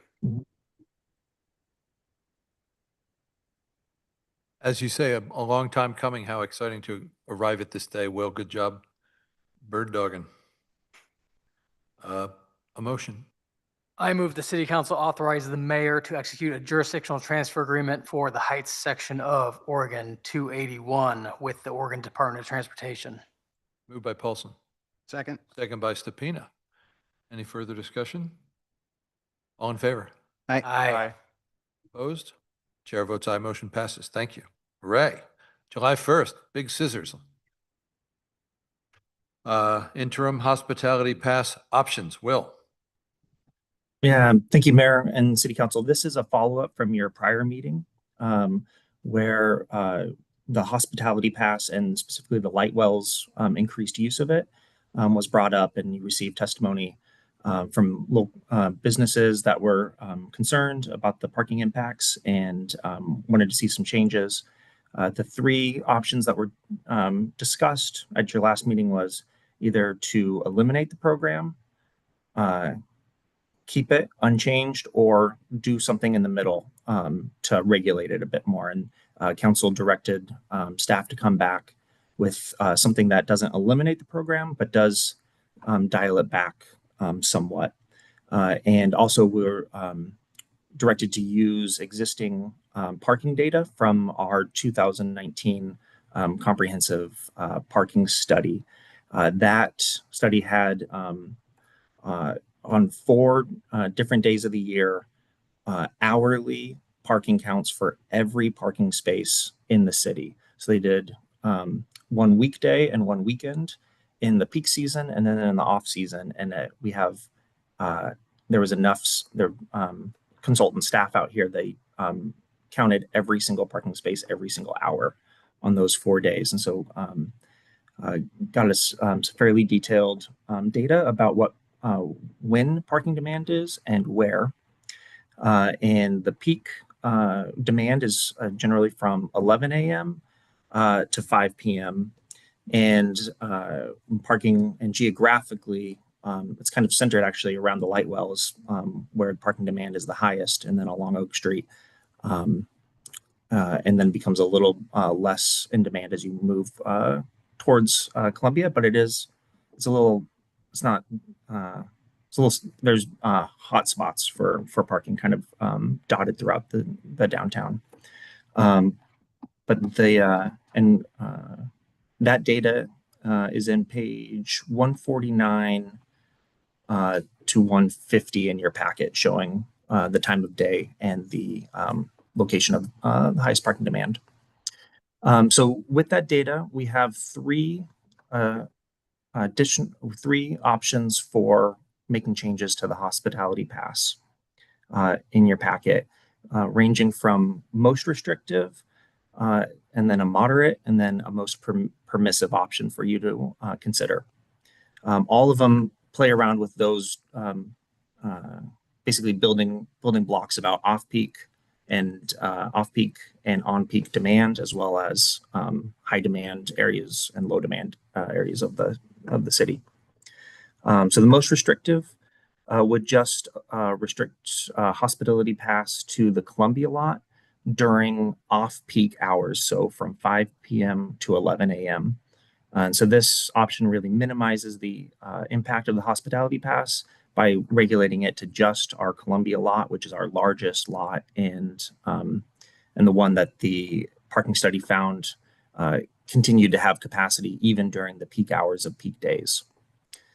Option number 2 is to provide 2 different hospitality pass types.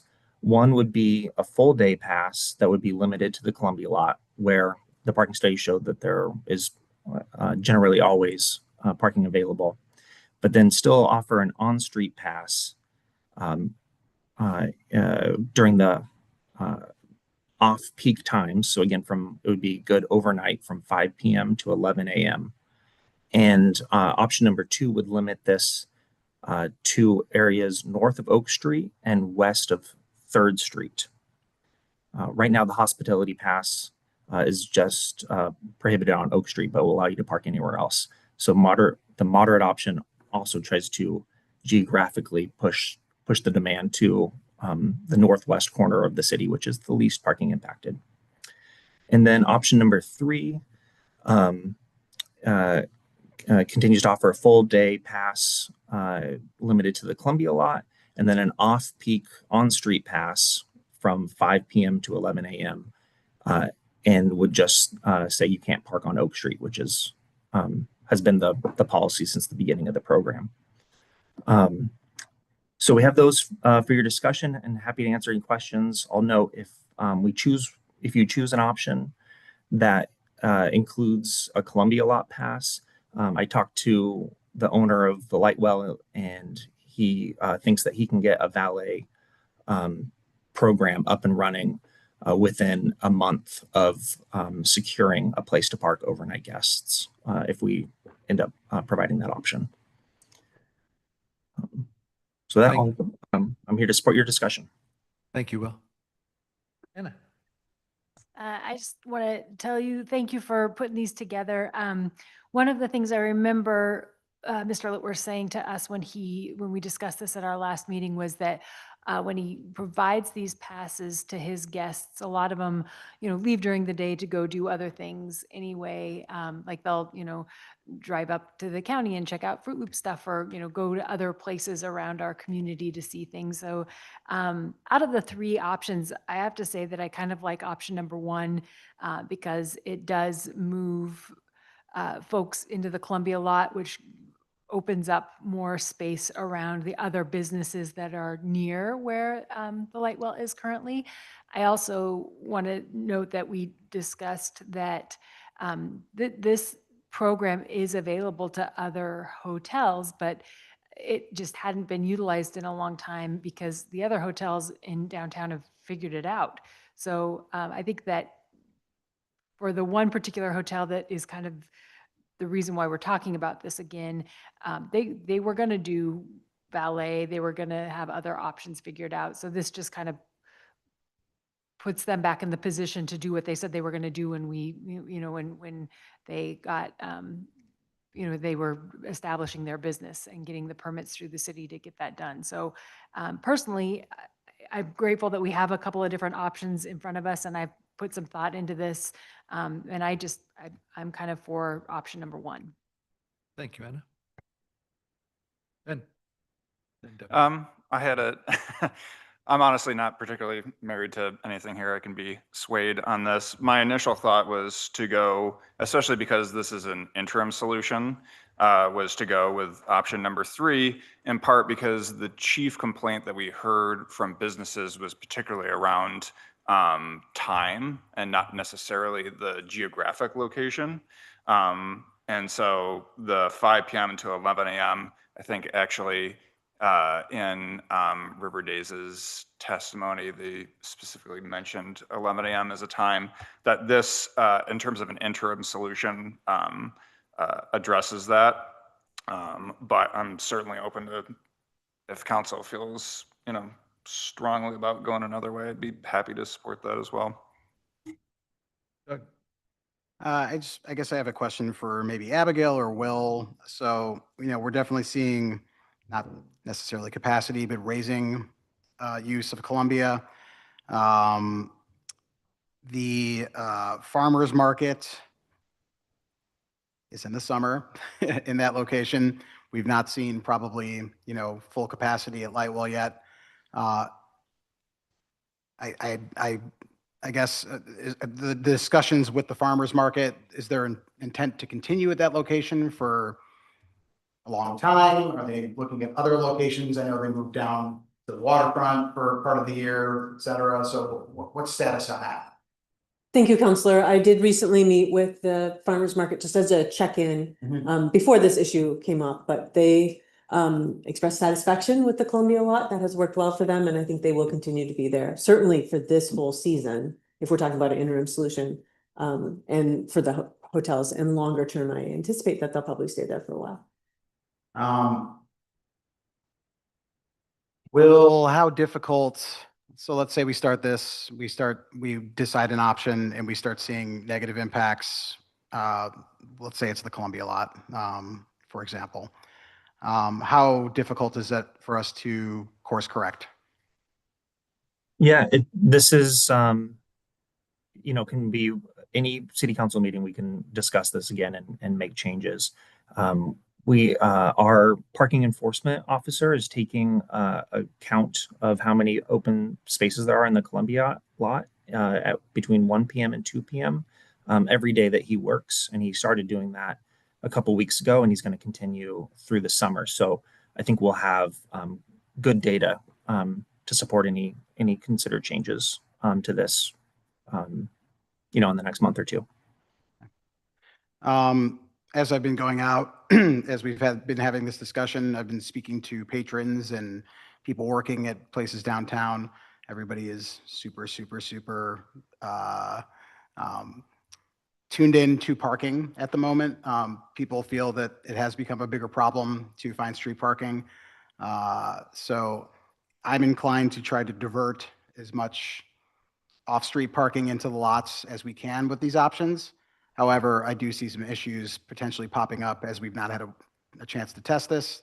So I would go with, leaning more towards moderate or restrictive to push into the lots, but I would like data and continued engagement from the hotel operators, the downtown business district, et cetera, to see how things are going.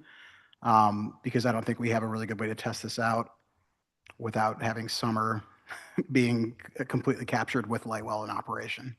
And I'm not picking on Lightwell. They just happen to be the largest hotel we've had downtown. So it's going to change things.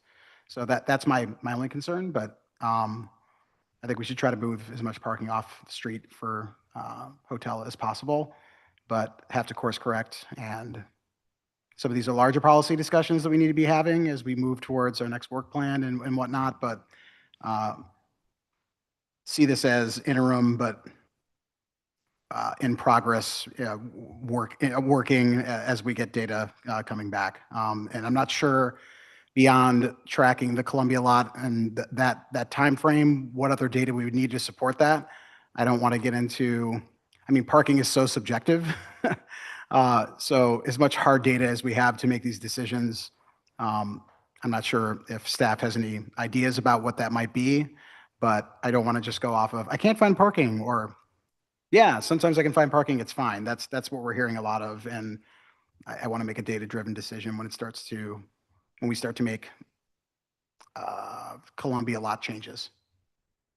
So my bingo card so far says 1, 3, 1 or 2. Is that? Yeah. Did I make a typographical error? Seems right. Great. Anybody else? Grant? I'm the last one here except for the mayor, so I may as well chime in. On-street parking has generally been used or viewed at as a relative public resource, more or less, allocated or dispensed as the city allocates or views it as such for public enjoyment. And our policies shape how it's used. We as a city have elected to allow people to park there for, quote, 3 hours, unquote, at a time, but extend their time electively by extending their time on their phone. We could, as a council, if we wish, choose to hard cap it at 3 hours, encouraging turnover of those spaces. That's a policy choice if we choose to do that. And that is if we choose to encourage turnover of those spaces, which I believe is what those spaces were policy-wise designed to do, economically from the business standpoint, was to encourage vehicular turnover, thus customer turnover, to visit the shops and to engage in commerce. That was the intent of having pay spaces downtown, was to encourage vehicular turnover, thus customer turnover, if we wished to do that. We don't do that right now. Another thing that was in the strategies from 2019, strategy number 10 specifically was to price our on-street permits at a premium. We don't do that right now. It's priced at the same as the on-street parking just during the day. That's specifically called out that we actually do not do as policy. So if we were going to do anything, I would suggest we follow what we've been recommended and laid out as policies and do what's been recommended to us as policies. So that leans us or guides us towards following option number 1, in my estimation. If I were to choose one of these 3 options, supplementing it with the other ones that I mentioned.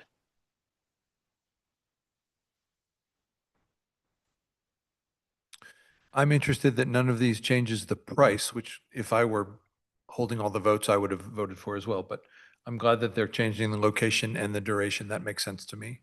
I'm pretty flexible on which exact way. I think the blur of the future is a little bit difficult to overcome. We're going to realize, oh, that meant all of a sudden too much on 4th or, yeah. Anna.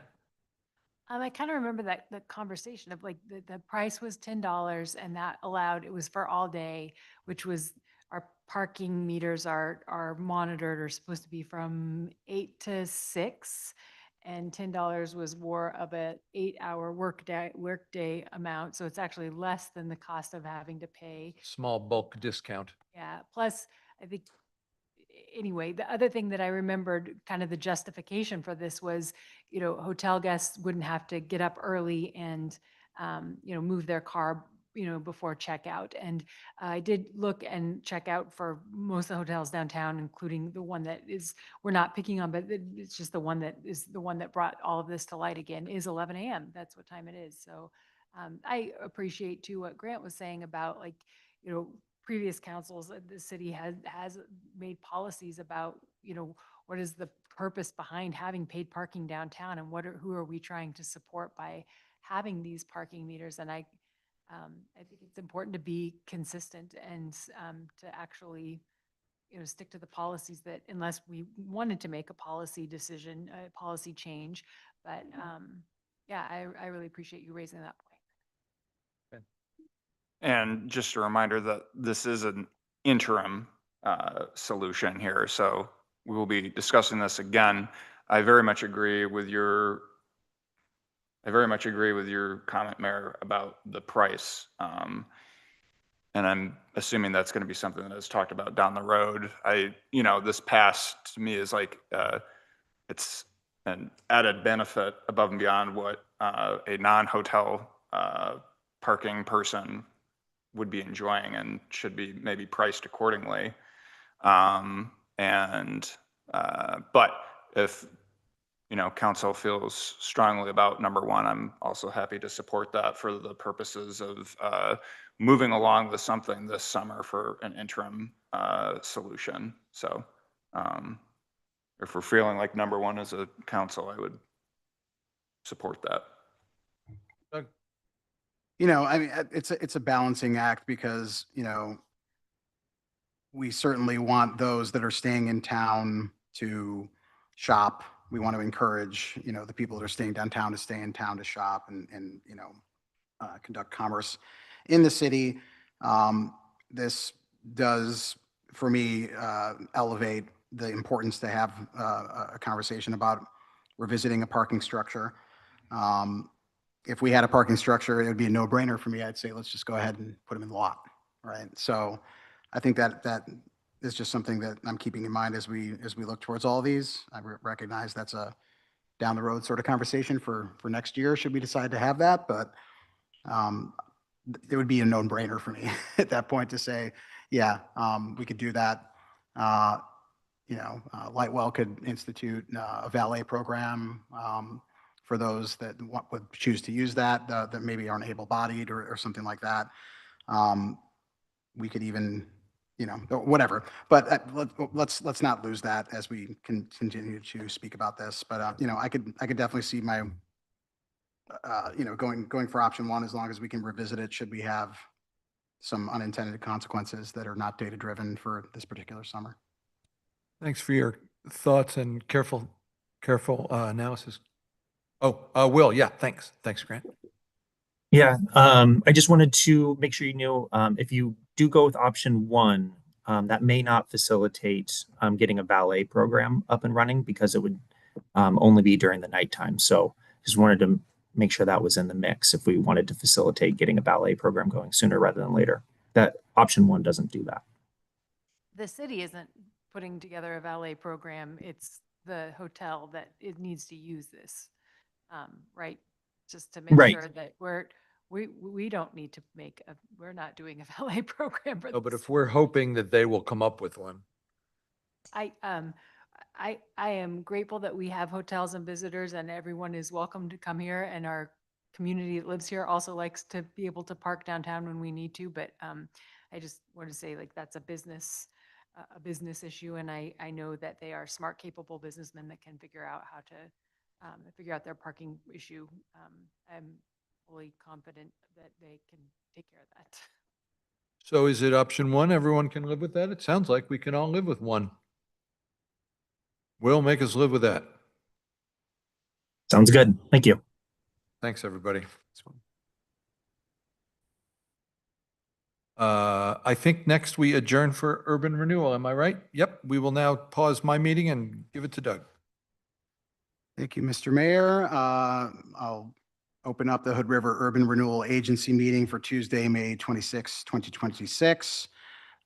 Any agenda additions or corrections, Will? I assume not. Nope. Anybody signed up to speak to urban renewal? Jen?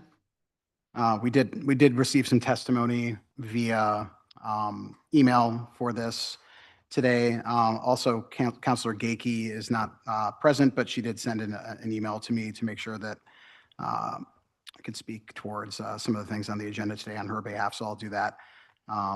Okay, so with that, we have the consent agenda, which is simply just the approval of the meeting minutes from March 30th, 2026. I'd entertain a motion. So moved. Moved by Grant, Second. second by Ben. Any further discussion on the consent agenda? All those in favor?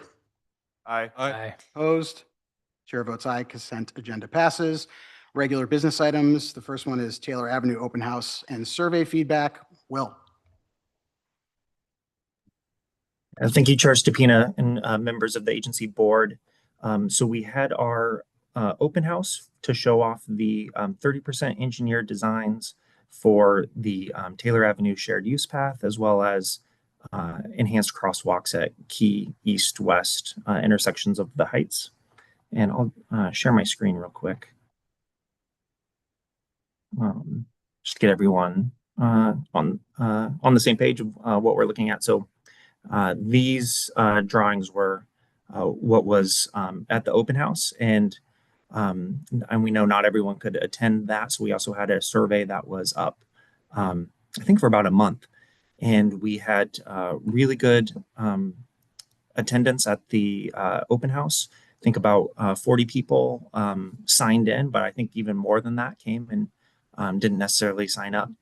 And then we had also a lot of feedback from the survey. So the written comments are in your packet, and some of the highlights are concerns over reduced parking.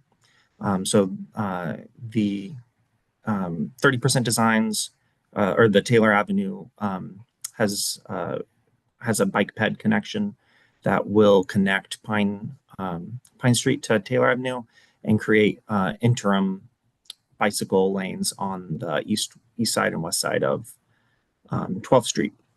So there was all the business owners that were losing parking right in front of their building, particularly on the west side of the street, shared really strong concerns about that. They believe that would negatively impact their business.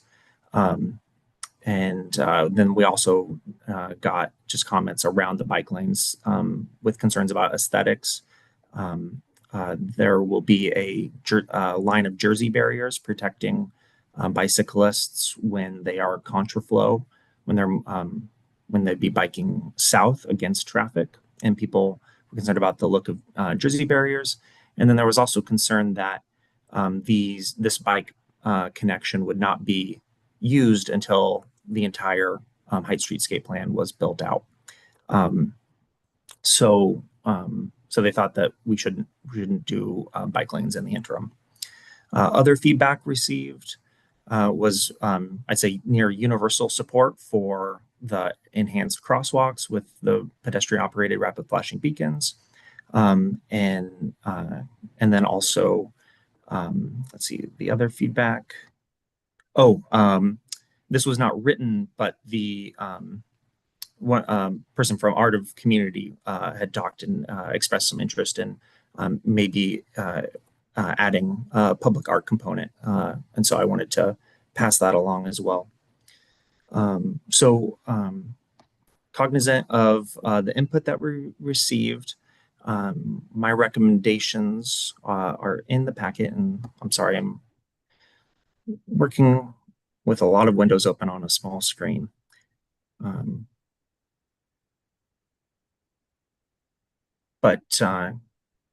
Yeah, so my recommendations were to retain the interim bike lanes, but monitor whether or not they are actually used. Even though this is just a small little strip of bike lane, it really does connect two major bike connections on Pine and then also on Taylor Street, which are outside of the Heights, low volume, very bike friendly routes. And that connects to other safe routes to school routes that would make the Taylor Ave an alternative to bikes and peds using May Street, which I think you have probably heard about the car accident there a couple weeks ago, and just generally how unfriendly to bikes and peds that May Street is. So this could create an alternative east-west route if people choose to use it.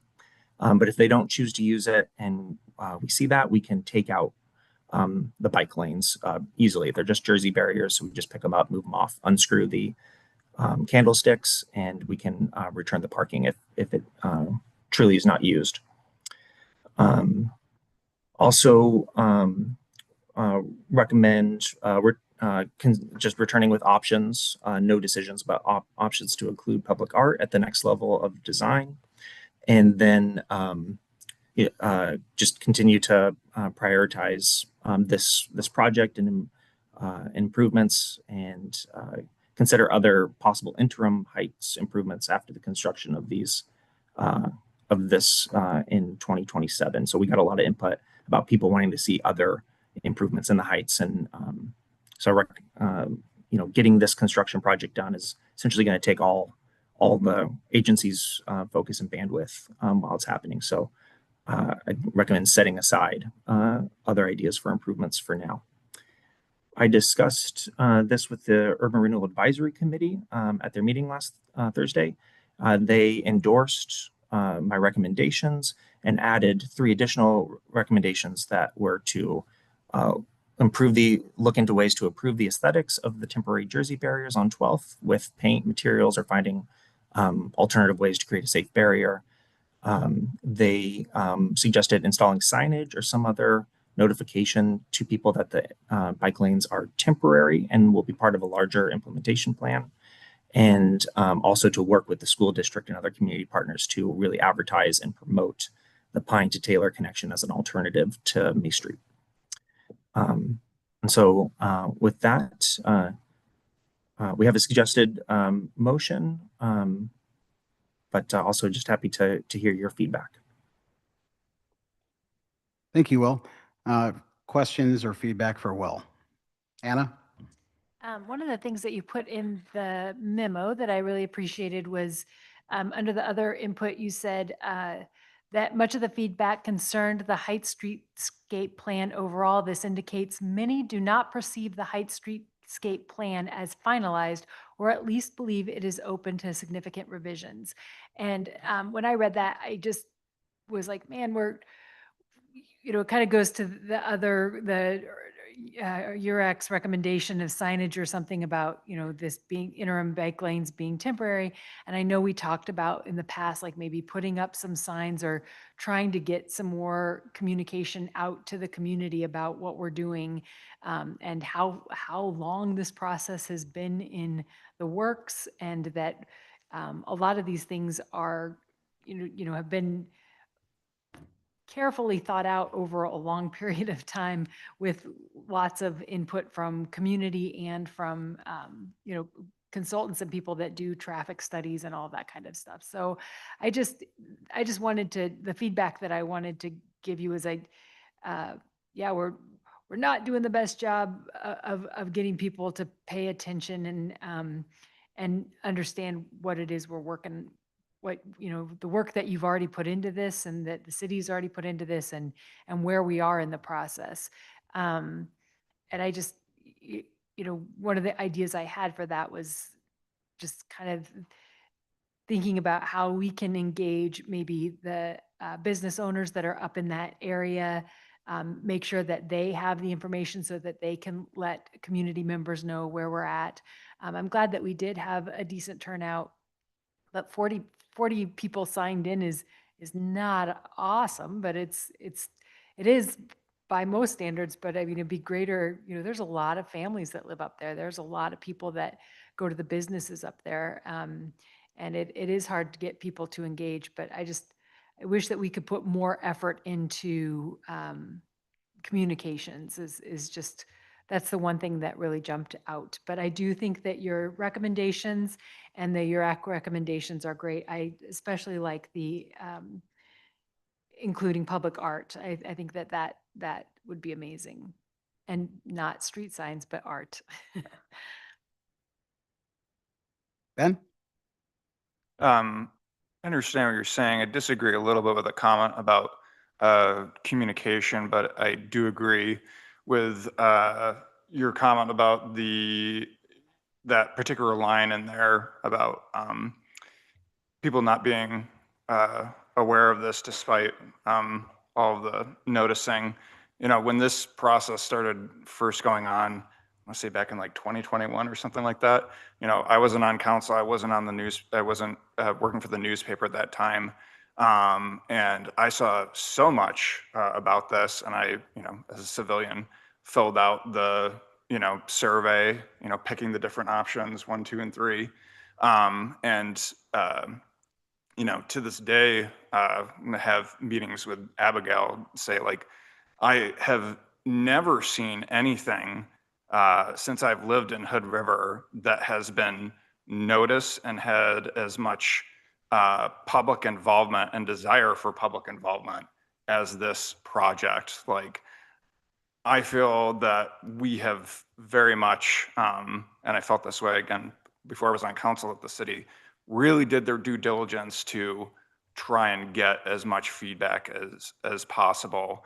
I will say, however, in part because that, and I think this is maybe what you're touching on, in part because a decent amount of that process did happen a while back, that maybe that now as we are this is starting to feel a little bit more real, especially with this jurisdictional transfer, and as we start to actually move forward on these different, like the ADA curb ramps, that it is probably worth having, if this wasn't already on the books already, something more outward facing in terms of, I don't know, I don't want to talk about videos, but a video or something where it's like, okay, we're now about to start, moving forward on the Heights Streetscape project. Like, here's, what you can expect, obviously, with the idea that timelines change as construction always does.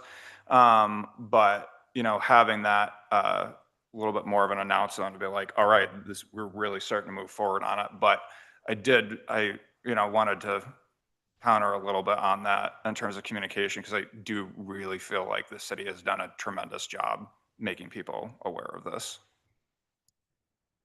Thank you, Ben. Either of the two of you, to my left or right, have any comments?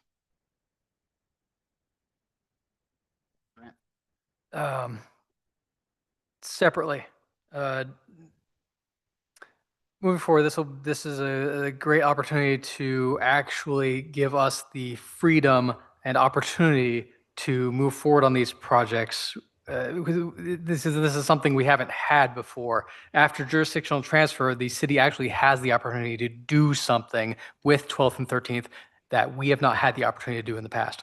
So moving forward from now, we actually have the opportunity to do these things, whether it's Jersey barriers or whatever it is, so people will actually see these things happen now, and they'll actually see them happen, and they won't be as temporary or not happening as they've been in the past. They'll actually see them. So it won't be projects on a whiteboard or not happening or in their imagination.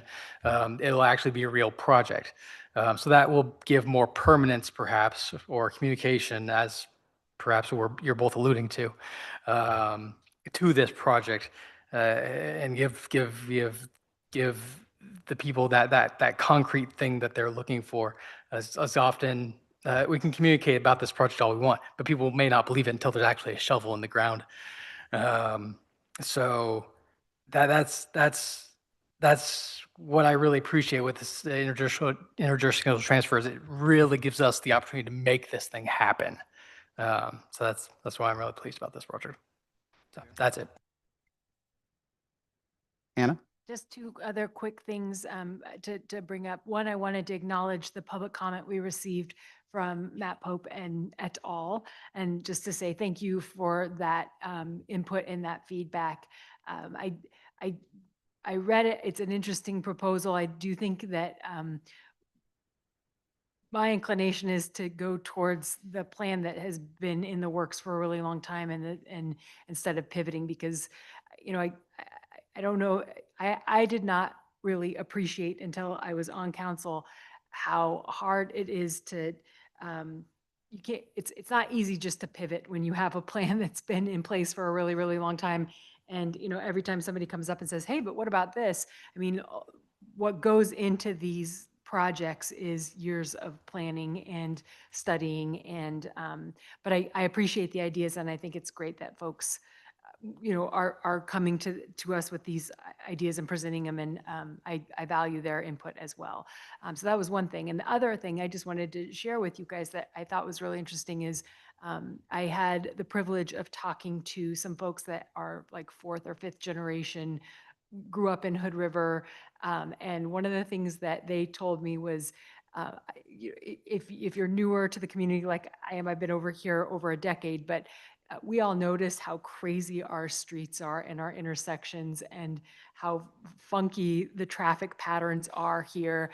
And for the very first time, this one gentleman who has a lot of history in our community told me that the reason behind that is because there are so many streams and waterways, and that when the roads were originally constructed in this community, it was around natural waterways and paths. And that context just really kind of helped me realize why our town is so nuts. And also, just that we've kind of tried to adapt around that. Plus, I think it should inform some of the work that we're putting into, making our community a little bit more traversable. I don't know if that's a word, but it's always great to understand the history of stuff as well. And I really appreciated him sharing that with me.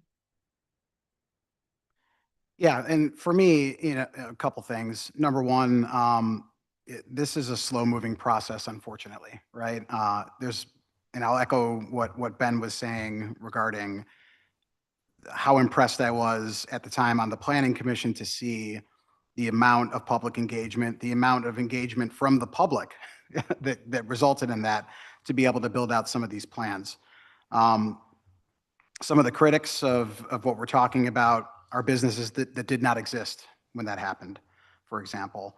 I think people are, frustrated that they want to be able to see this implemented as soon as possible for their children, or for themselves living in the community. Myself, I live off Pine Street. I have children that go to May Street and the middle school. I'm a cyclist. It's something that I want to see sooner than later as well. But it has to be programmatically executed. And I feel like we have set the wheels in motion to do that. I will say also things regarding the jurisdictional transfer, like Grant just said. You know, Will and I have had discussions with Megan Ramey about grants that we could not apply for because that was not our street, for example. So hopefully there'll be more opportunities to do things like that, like apply for grants, because it is our street to be able to do that with. So I echo that sentiment as well. As it pertains to the feedback at the session, I think we will continue to see that. And I think we should do what we can to be able to continue to inform the community, hold sessions like that, signage, videos, all that sort of stuff that we've been discussing. But I think it's to be expected that probably we'll have feedback with every single project of the Headside Streetscape project. And it's really important for us to focus on executing the plan. That being said, for the discussion around the alternative option proposed by Matt Pope and Shane Wilson and Megan Ramey, Will and I had discussions with them. Councilor Gakey also did. Councilor Gakey wanted to voice her support for that alternative street lane closure, because essentially what we're talking about in the current proposed plan is taking away parking, and then eventually getting to the point where that parking will be restored when it's a one-way. I don't think we've done any studies or analysis to see what it would look like if we closed a lane prior to having two-way traffic on 12th and 13th, which gives me great concern. The only way I would feel comfortable with doing that or pivoting to that is with some data, right? So my question to you, Will, is you alluded to, we'll do some analysis regarding how often people are utilizing what's proposed in terms of crossing over to Pine. If that were to have low usage and we didn't see people utilizing that, how difficult and costly would it be to pivot to something like understanding what it would be like to implement a program sooner than later, prior to 12th and 13th being two-way, to do the parking on either side with just one lane going down 12th? And you might not have an answer for that now. It might be, but what's your sense on that? Yeah. Well, I guess what I would note first is that we did study that, and it was one of the design alternatives during the creation of the Heights Streetscape plan. So we had one alternative that turned both 12th and 13th into two-way roads going north and south. We had one alternative where they keep 12th as the northbound and 13th as the southbound, but take it down to a single lane. And then we had design alternative 3, which was the hybrid, where 13th becomes two-way with the center turn lane, and 12th becomes one lane with the shared bike path. Mm-hmm. And so we absolutely studied all taking 12th to one lane, and it had a really much higher level of congestion than the other alternatives. And we when we had our stakeholder meetings with sheriff department, police, and fire, there was significant concerns around emergency vehicle access with that alternative. And then ultimately, when we did the open house and the survey, the one lane in each direction was the least popular option. So I'd say in that way, we have very much considered and studied, evaluated and dismissed going straight to a single lane on 12th. But if we wanted to, relook at it again, it would be basically going through that same process with additional traffic studies and meetings. Thank you. And thank you for permitting me a bit of, dialogue back and forth, just so that we get this into the record about that. But yeah, my major concern is that, I do like the idea of it getting done sooner than later. I like the idea of retaining the parking, everything that, the opponents of the plan as proposed have said, but I just don't see any data that supports that it would be safe to do that because of what Will just mentioned. So because of that, I would like to monitor, what we have in play. And if it's not being used, revisit that and see if what the impact might be for an interim solution where we go to the other plan. I don't know what that looks like because what was studied was sort of like the option 1, 2, and 3, not an option where we have a longer interim period, because there will be an interim period during construction where that's like that and whatnot. But if it were longer, what the impacts might be. But my concern as a cyclist and someone that's up in the heights is safety. It's difficult to lose a couple parking spaces on that side of the street. It's difficult to have a strange connection, but I'm glad we're making progress towards something that is the most safe, viable, and celebrated option by the community based on tons of feedback that we got. So I'm all for myself, going with the administrator's recommended response to the input. Anna? I move to accept the report, the Taylor Avenue Open House and survey feedback, and endorse the administrator's recommended responses to the input received. Motion by Cavallari, Second. second by Paulson. Any further discussion? All those in favor? Aye. Opposed? Chair votes aye. Thank you, Will. Appreciate that. Now moving to the second agenda item, and also Will. Yeah, thank you. Thank you, Chair, members of the agency board. We have a contract, proposed contract for your approval to continue design work on the Taylor Avenue shared use path and enhanced crosswalks that we just discussed, but then also to add the ADA curb ramps that we are committing to upgrading as part of the jurisdictional transfer with ODOT, and also the third Heights Streetscape project, which is redoing the east sidewalk on 13th.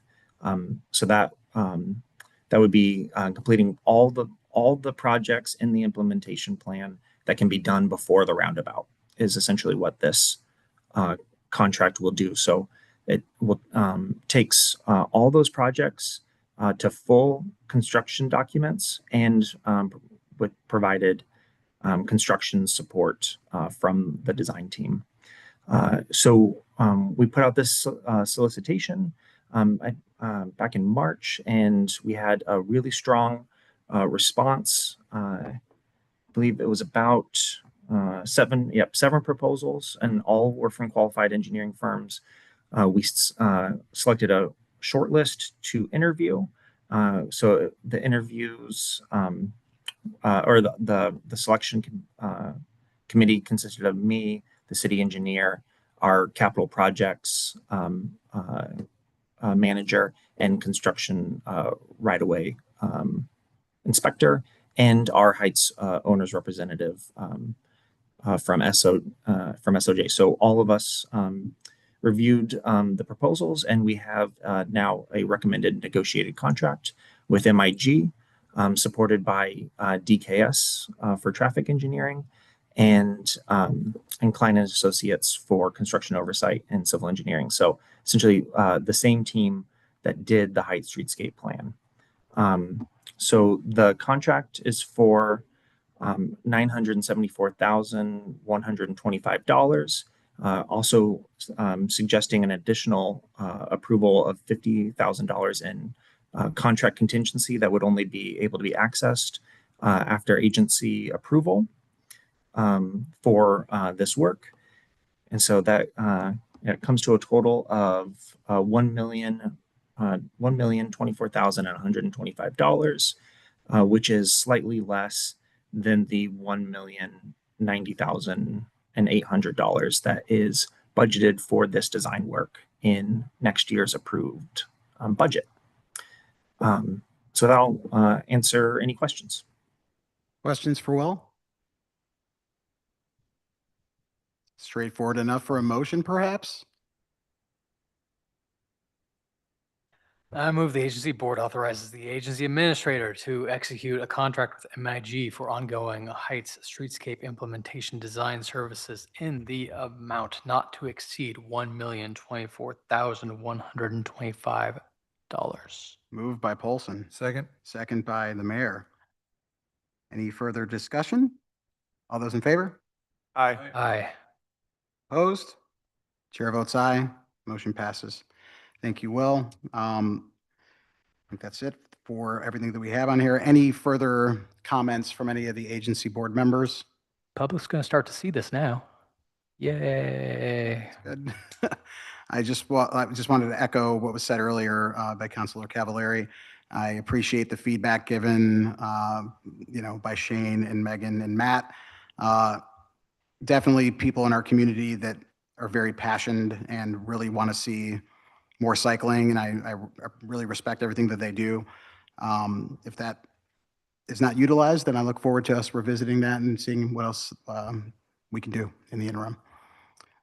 Thank you. Okay, I will go ahead and adjourn the meeting from the Hood River Urban Renewal Agency and pass the gavel back to the mayor for city council to be reconvened. We'll reconvene. City manager comments, Abigail. Thank you, Mayor. Just one quick thing is to welcome and appreciate our backup city attorney, Kristen Campbell, has joined us here today. And you haven't asked her any really tough questions, so maybe after the meeting. So, thankful that you are here today. Appreciate it.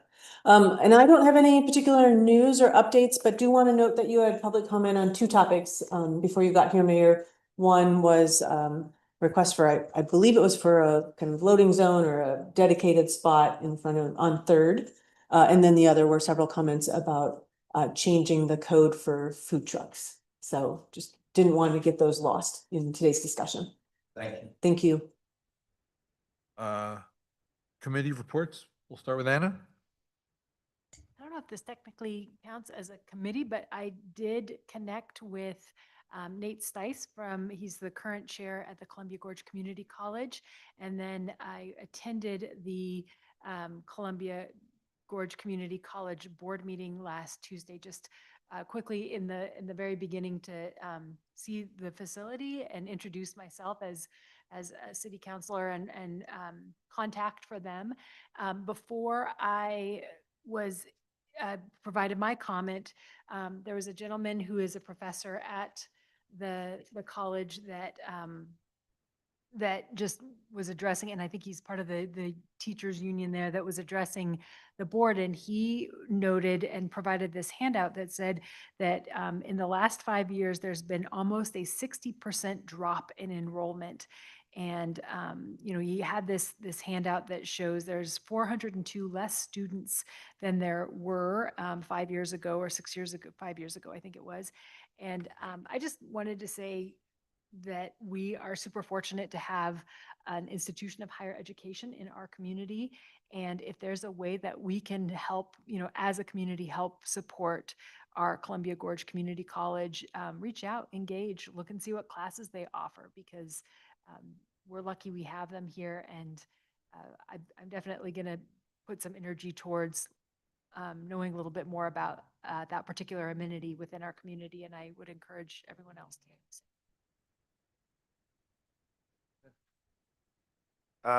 Nothing from me, but very much agree with that. A while back, I did like adult community ed classes there, some photography and writing, and it was a really enriching experience, and they offer a lot of cool things there. So very much agree.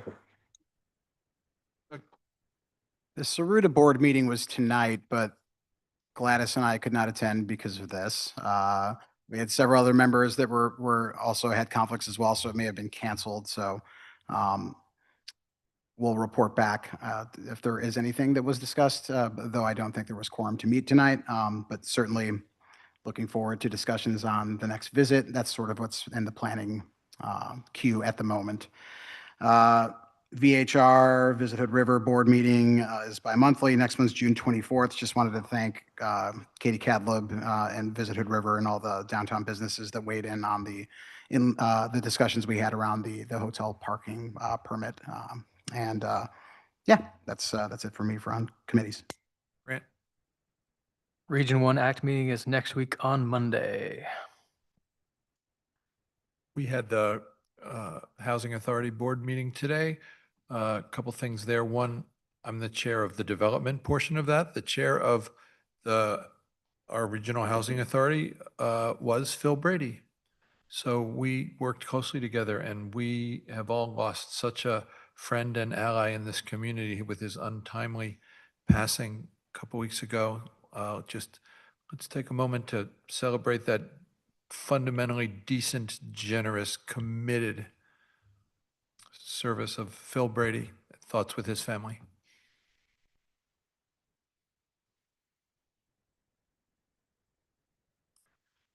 And I asked for an update from staff at the Housing Authority. It sounds like 23 folks have gotten to the point in the process where they are signing leases at Mariposa Village. So exciting. It's like actually happening, and there's going to be many more steps to happen, but that's a real one right there. So just wonderful. Did anyone want to sort of advocate for either of those business from the audience items that Abigail called out? I would like to have kind of loop them into the mix. Anna?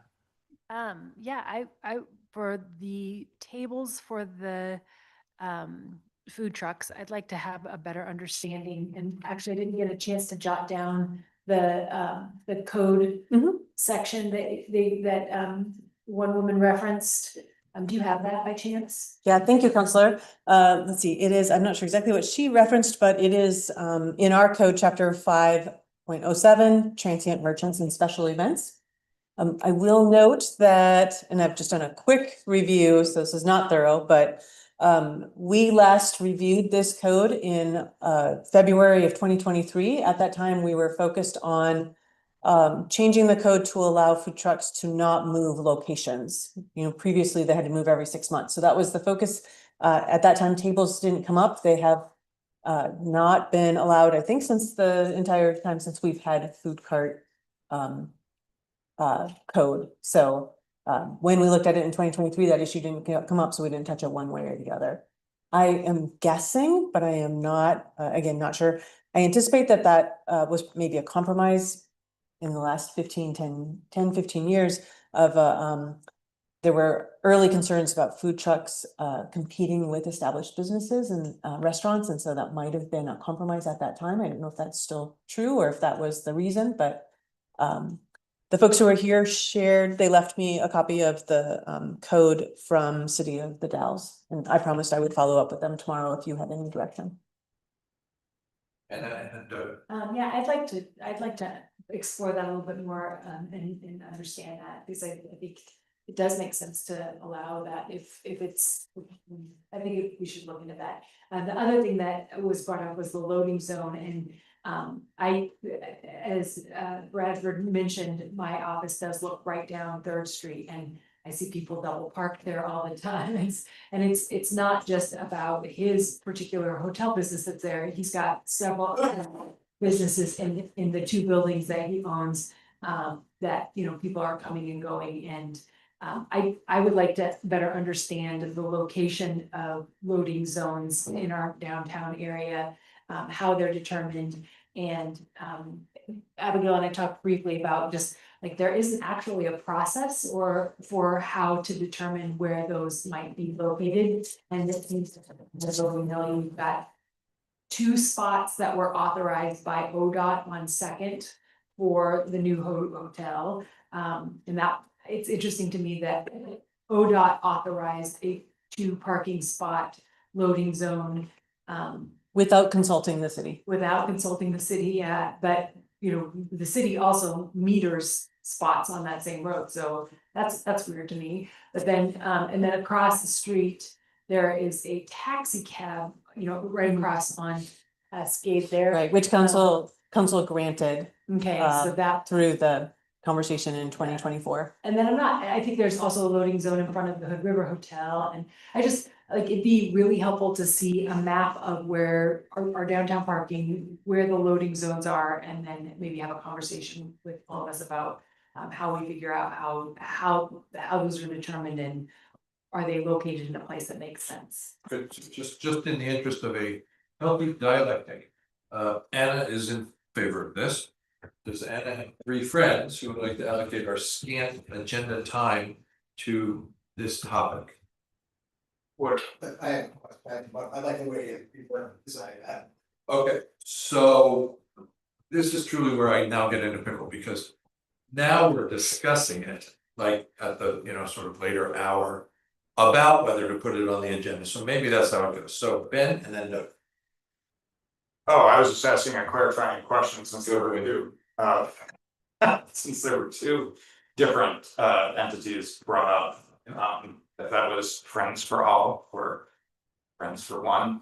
I very much, the food cart thing kind of took me aback. I never really thought that tables weren't something that wasn't permitted.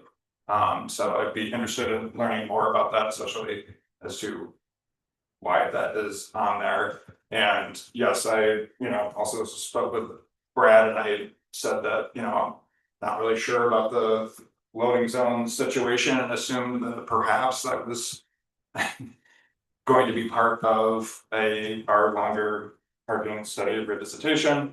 I don't know. I would be intrigued to learn more about that. I'm a little bit leery about businesses having ad hoc loading zone requests, because I feel that can get super messy. But I would also like to be more informed about that. And we don't have policy. Be interested in talking more. Thank you. I didn't feel like there was a lot of discussion about tables when we made the changes. However, there were some discussions. One thing that was brought up was, health code, right? So I recall Dustin informing us, and Grant, maybe you recall as well, that one of the big differences was at the time people that were, sort of exploring that or just doing it without having code established. Once we had code established, we were asking them to take tables away. It was kind of loose before that, once we had code. But I think the basis was, you need to comply with the same health code standards that a brick and mortar business would have. So when the owner of Mount Hood Barbecue brought that up, that we had talked to the health department and we had a bathroom established and we had hot running water and these sorts of things. That's my recollection around that.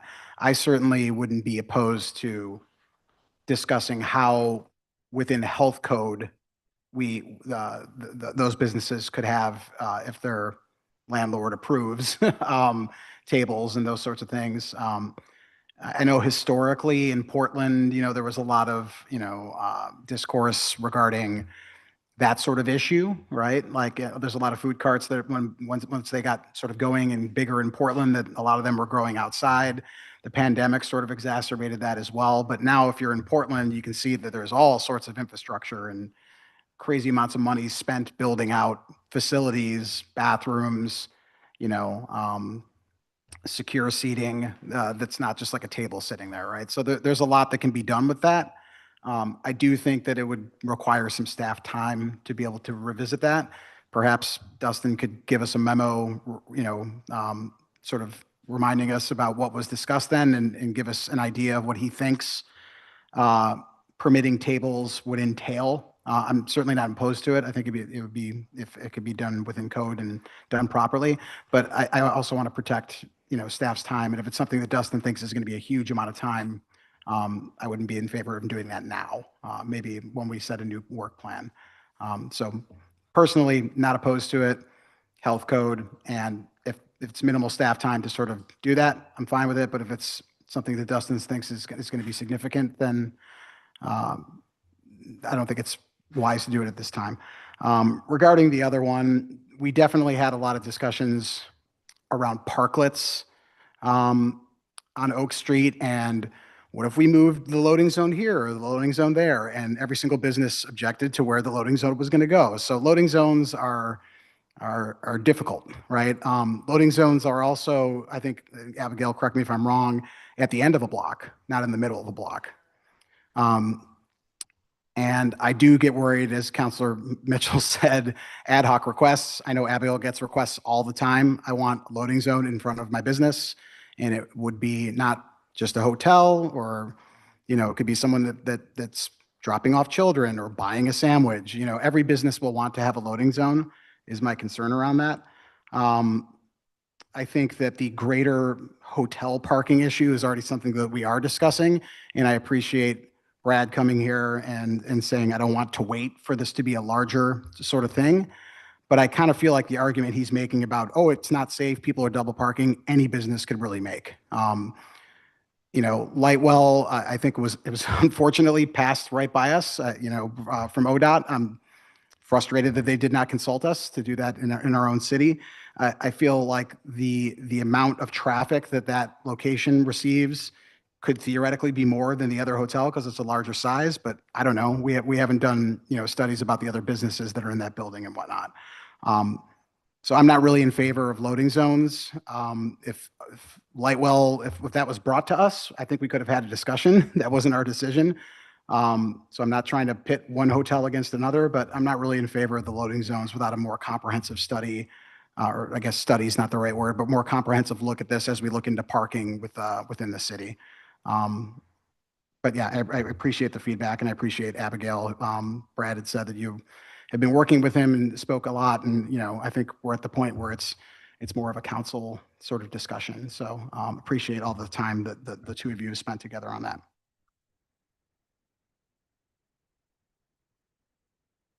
As I alluded to in my earlier comments when we were talking about parking, I was discussing it as a public resource of sorts, trying to not get into too much of it being a policy discussion. Unfortunately, it's treated as a public resource, and I think we need to get ahead of it. We have a reactionary policy stance in terms of parking. We don't really have a really well fleshed out policy in terms of how we use that space, allocate that space. And I think we as council need to take a more proactive stance in how we allocate the quote unquote public space that is parking, or at least that space that we allocate to parking.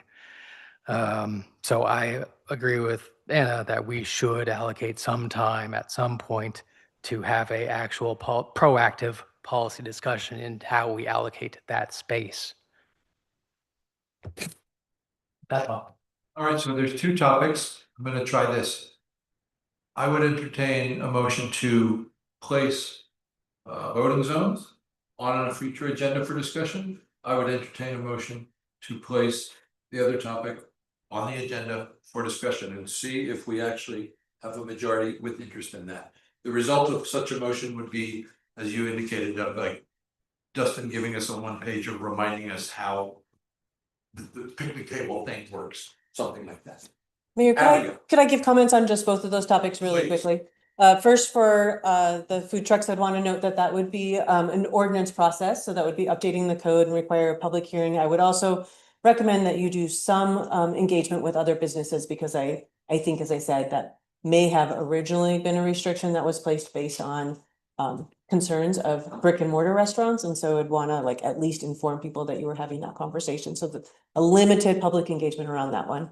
And then with the loading zone piece, I do want to recognize that the 2019 study actually had some recommendations, not about the placement about the loading zones, but that existing loading zones not be dedicated loading zones all hours, all days. So there was a movement away from dedicated loading zone to making them more flexible and being able to be used by more people. And that is the policy and practice that I have been applying. So it has not been completely arbitrary.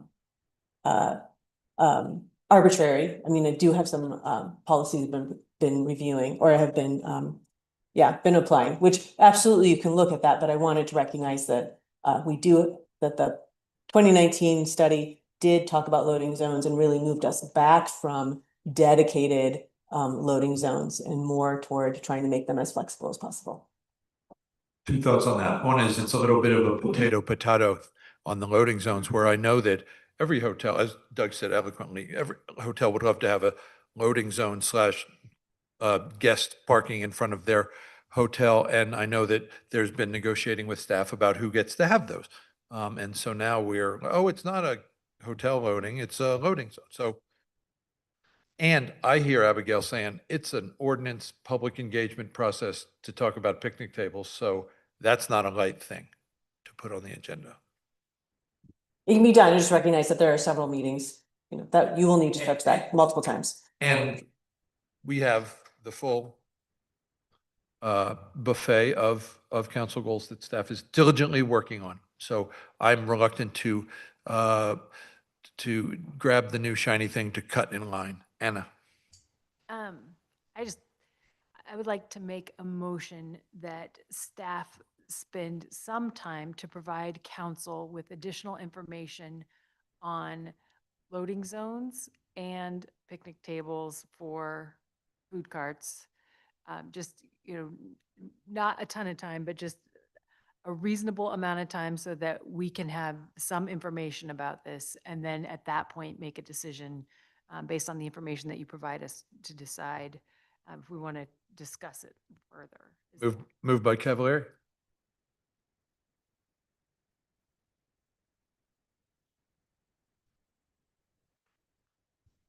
Motion dies for lack of a second, I believe is the correct phrase. And just to say, you put them both in one, so we could each hate them for one or the other, just saying. Doug and then Ben. I feel like it doesn't require a motion necessarily to achieve, point to where in the parking study you've been executing from. That's an email. For example, like, Oh, thank you. I was going to ask for your feedback on what I was saying, so. I was just going to note that I think a map of loading zones is pretty easy, and I've actually already asked for that. The history of where loading zones got put, I'm not sure that anybody on staff is here now would know that. I'm not sure which ones. Okay, that I can do, or that our GIS technician can do. All right, we got a map. Great, thank you. And then on the other one, I mean, I think Dustin, were he here, would be able to answer some of that information about, what that looks like. I do agree though, that it's, Yeah, and I think that is information that we can. some limited public engagement. The city attorney working with staff to write code that then comes to you for consideration. Yeah, just more or less, did we talk about it? If we did, if we didn't talk about what his thoughts are on it, In what 2023. Yeah, exactly. Yeah, the great news is we can go back and watch that meeting again. I'm probably the biggest user of our YouTube channel, so It's on my greatest hits playlist somewhere. I can go back and watch that, and we can definitely update you on that. So Thank you.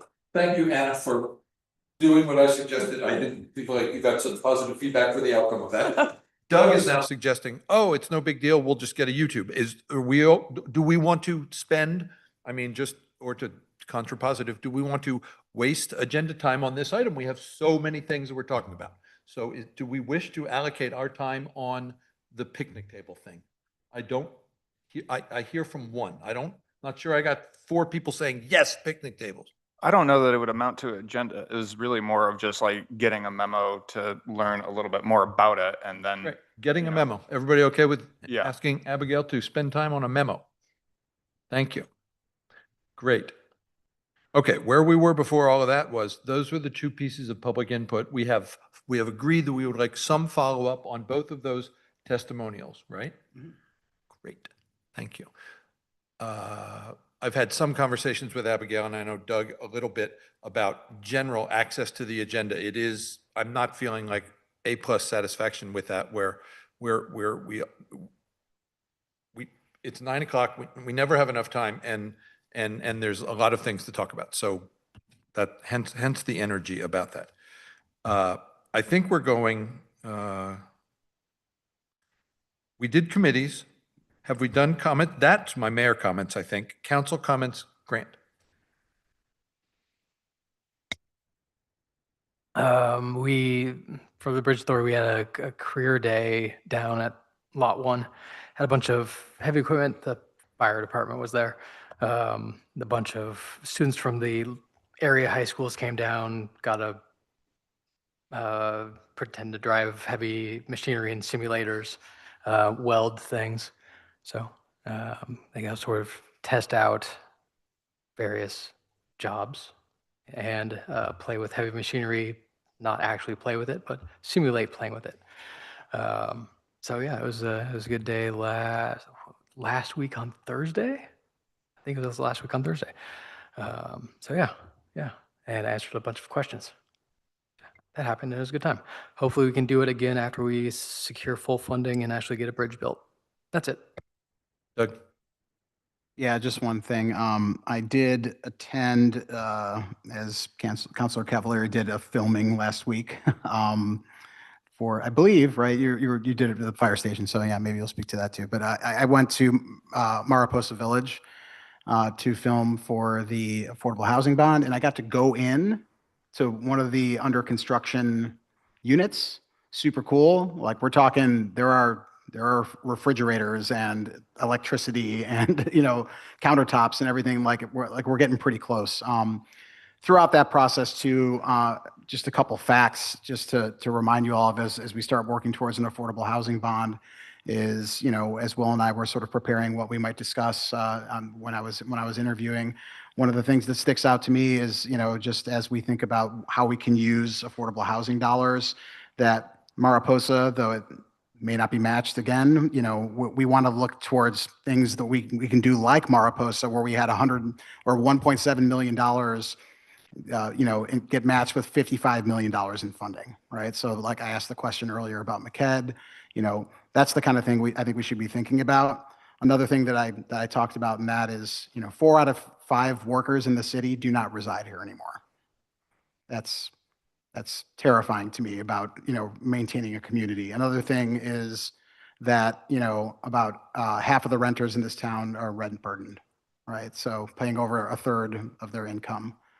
Right. So just being there, standing in Mariposa, hearing stories from the construction workers, about how things are going and everything. It's awesome to see it in motion.